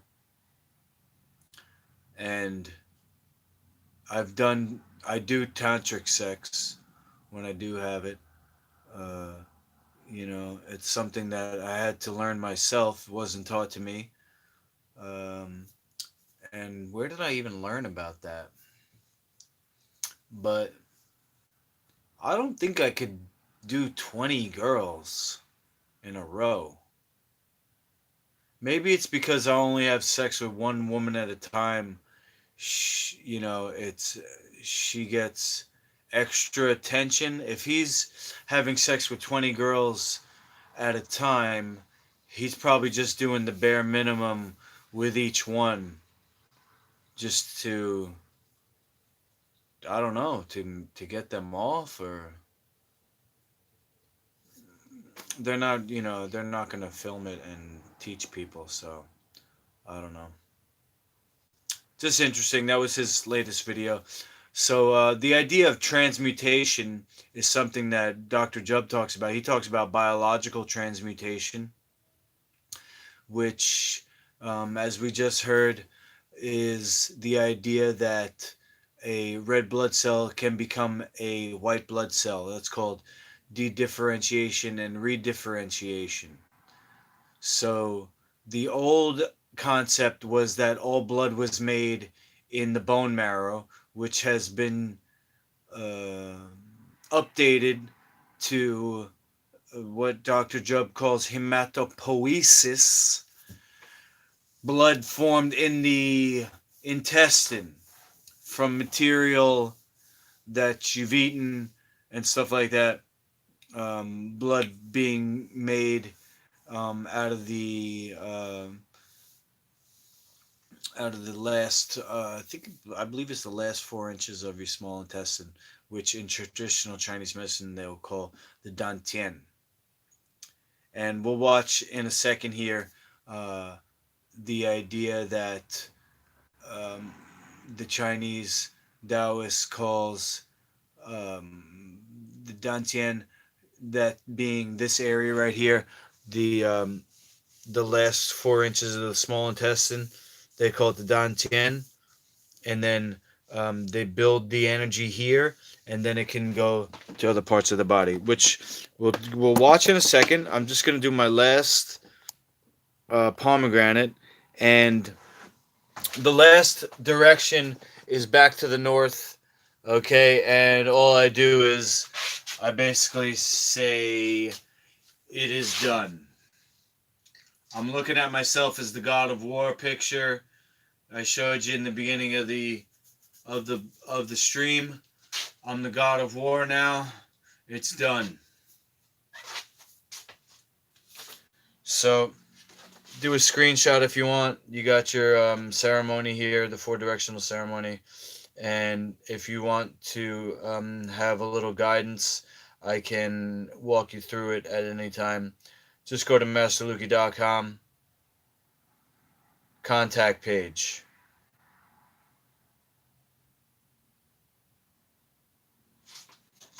And you can connect with me 24/7, okay? So, this one looks a little overripe. I'm going to take a chance and whoop. Hope that it's perfect. Let's see. You know, if it's like super ripe, the juice is just going to be delicious. My last food for an extended period of time. The best things in life are rare.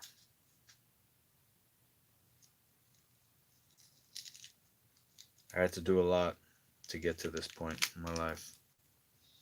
A lot of cleansing.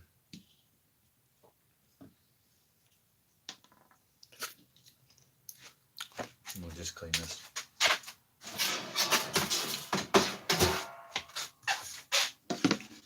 A lot of fighting myself. I had to fight myself when I wanted to eat. Certain tricks though, certain techniques. Ice. I make ices, which is one ingredient. Besides the ice, you know. It's like honey or ginger. As far as flavor goes. You know, as far as like nutrition goes, like ginger powder is not really any, there's no calories or anything, but the honey has calories, so I'm not doing dry fasting. I'm doing a liquid fast. People do dry fasting, and I might do that, but at first I'm just going to do liquid. So that's like tea, honey. I could do juice if I want. So I'll be training every day, unless, you know, I'm sore or something. Okay. So if you're into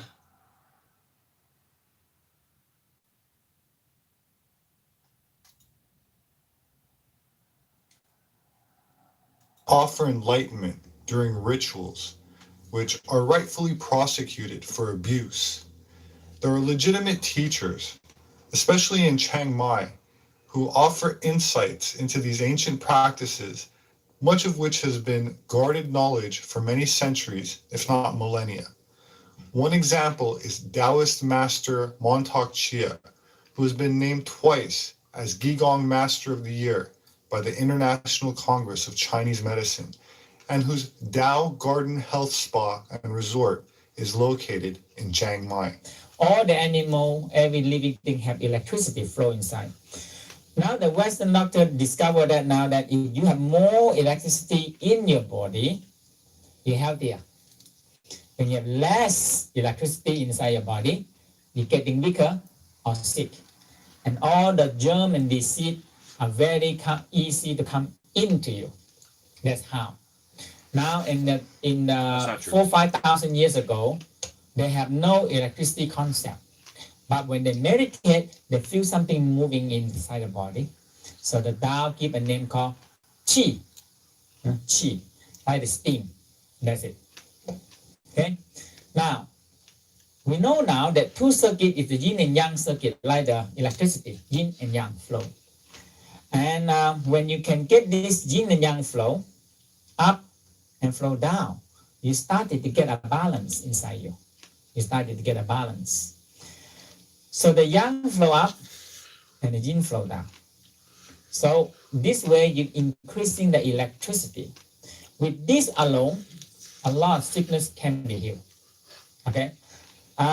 When I started I work about 5 years very closely with the doctor, which they send me the patients. Oftentimes they come with 1 or 2 or 3 pages of all they complain. I don't feel here, don't feel well, pain here, headache over here, back pain, and all the high blood pressure and all these things. I say, okay, that's good, keep it. Keep it, okay? And at least I know that what your problem. So the first thing I teach them all the same. They say, hey, what happened to my problem? So do this first, all the same. The microcosmic, the inner smile, the seeking sound. So when they get the microcosmic flow, especially the Dantian energy, when they get the Dantian energy form, very strong, okay? And source energy and so when they get the microcosmic flow, especially the Look.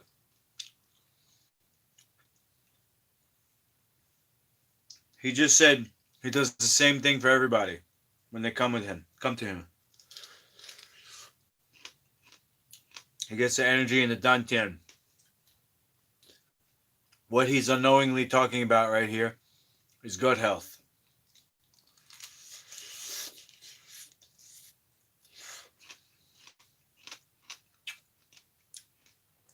And all the most recent discoveries in nutrition, brain function, and health has to do with this. Probiotics, gut health, neurotransmitters, all that.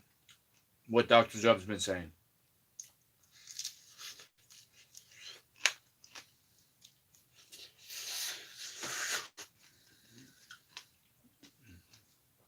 Dantian energy. When they get a Dantian energy form, very strong, okay? And source energy and the energy will go to wherever the sickness is. It just go to wherever the sickness that they have problem by itself, okay? And the healing takes place that way. Because the whole thing is that you are not treating individual, you're treating as a whole, okay? When you raise the energy flow inside you, you have more electricity. So the whole overall of your system, you're getting better. Physically, we need energy. And mentally, we need energy. Spiritually, we need energy. We need food. So we say physically need food, mentally we need food, spiritually we need food. Okay? But a lot of people, all they do is this only food. That's all. But what about the rest? The air we breathe, the water we drink. Now more and more people talk more aware of the air they breathe and the water they drink. The relationships we Okay? have. But not many people know about the heaven, the earth force, and the sexual energy. When you conserve enough energy, the important part, Taoism said, if you in this life, you have no chance to awakening your soul and spirit, but you conserve a lot of energy enough, your soul and spirit will be awakening in the last moment. Okay? On the moment of death, the light, we call the creating light or the clear light, will come and awakening your soul and spirit. No matter who you are, you believe in God, you believe in Christian, you believe in Buddha, you believe in Hinduism, or you believe nothing. Okay? If you believe nothing, the light still will come to you. That's one thing good about to know that. It's sure. Okay? It doesn't mean you believe in Jesus and only the light will come to you, and the one that don't believe in Jesus have no light to come. No. Period. Believe me right. Absolutely, whoever you are, the light will come to you. You good or you bad, it's okay, the light will come. That's not very good to know. Right? Now, the matter is when the light comes, what are you going to do with it? There are a few ways of doing things. Okay? When in an esoteric way. The first way is like this. The first way, the best way is you learn how to establish and build your own temple. And you start to tap in all the natural and universal force. And you no need to depending on the worldly thing. When you develop that kind of energy and temple, they will ensure that you can continue practice in the mid-plane. Because you transfer everything up into the mid-plane, you can continue practicing. But if you don't have it transfer up, you cannot do it. And a smart people, they figure out a way. The best way is you develop your own temple and you continue practice in the mid-plane, in the higher plane, go up. How can we condense our life force to be condensed and not be... So what I think he was just saying, if I could relate that to what I'm talking about today, is that by being disciplined with this extended fast that I just started, I can accomplish my goals. I think that's what he just said. Disperse and draw by any other thing. Especially on the moment of death in the Taoism, when people are used to always scatter all around. Okay? That's how we are. Scatter so much. Everything to us all over. You know what happened to the moment of death? What happened to the people so scared of their energy? What happened to them on the moment of death? All the soul and spirit and life force is scattered all around. Not there anymore. The real purpose on the first level is concentrate, scatter your energy, refine your energy, so all the soul and spirit energy and the body energy all condensed become one energy and cannot be dispersed, cannot be attracted, cannot be pulled by anything, not the worldly thing or not anybody. You are so concentrated, you become yourself. Your energy is so condensed and your energy are just right there. Let's go. It happens if you need to left this world. Your energy is so condensed. Leave a legacy. And you gather all the energy and you go at one piece. According to Master Montauk Chia, what the ancient emperors, pharaohs, monks, and alchemists were attempting to do was develop and nourish their spirits, or souls, to use as a vehicle in the afterlife, where their consciousness would persist as a light body in higher realms.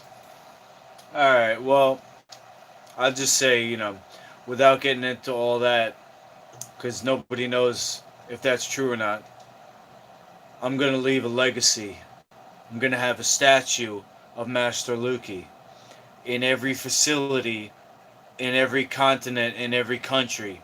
A place where people can go and be protected from head trauma and junk food and abusive medical practices like drugging and unnecessary surgery. Rather than energetically dissipate and be recycled in what is commonly referred to as reincarnation. And that's all I have to say about that. So I just heated up some water. I'm going to take ginger powder. I'm going to put it in a cup with some honey. I'm going to have that. I'm going to go to bed. Hope you enjoyed the stream. It took me 2.5 hours to eat 5 pomegranates. But had to draw out the ceremony and go over some stuff with you guys. Explain the ceremony and all that. So by now it's day 1. Okay. And let's see how long I can go. And then I'm going to be training every day. Every day training. I'll put a video up with the stream. I'll put a video of the training I did. And that's all I can think of right now. So, as always, if you have any questions, you go to masterluki.com contact page or just respond here in the comments. Thanks again for being a part. Rick, I saw you still in the chat here. I'm going to send out your gloves ASAP. Have a good night, y'all. Morning, wherever you are. Day. Master Luki, over and out. Trying to hit the button here. Here you go.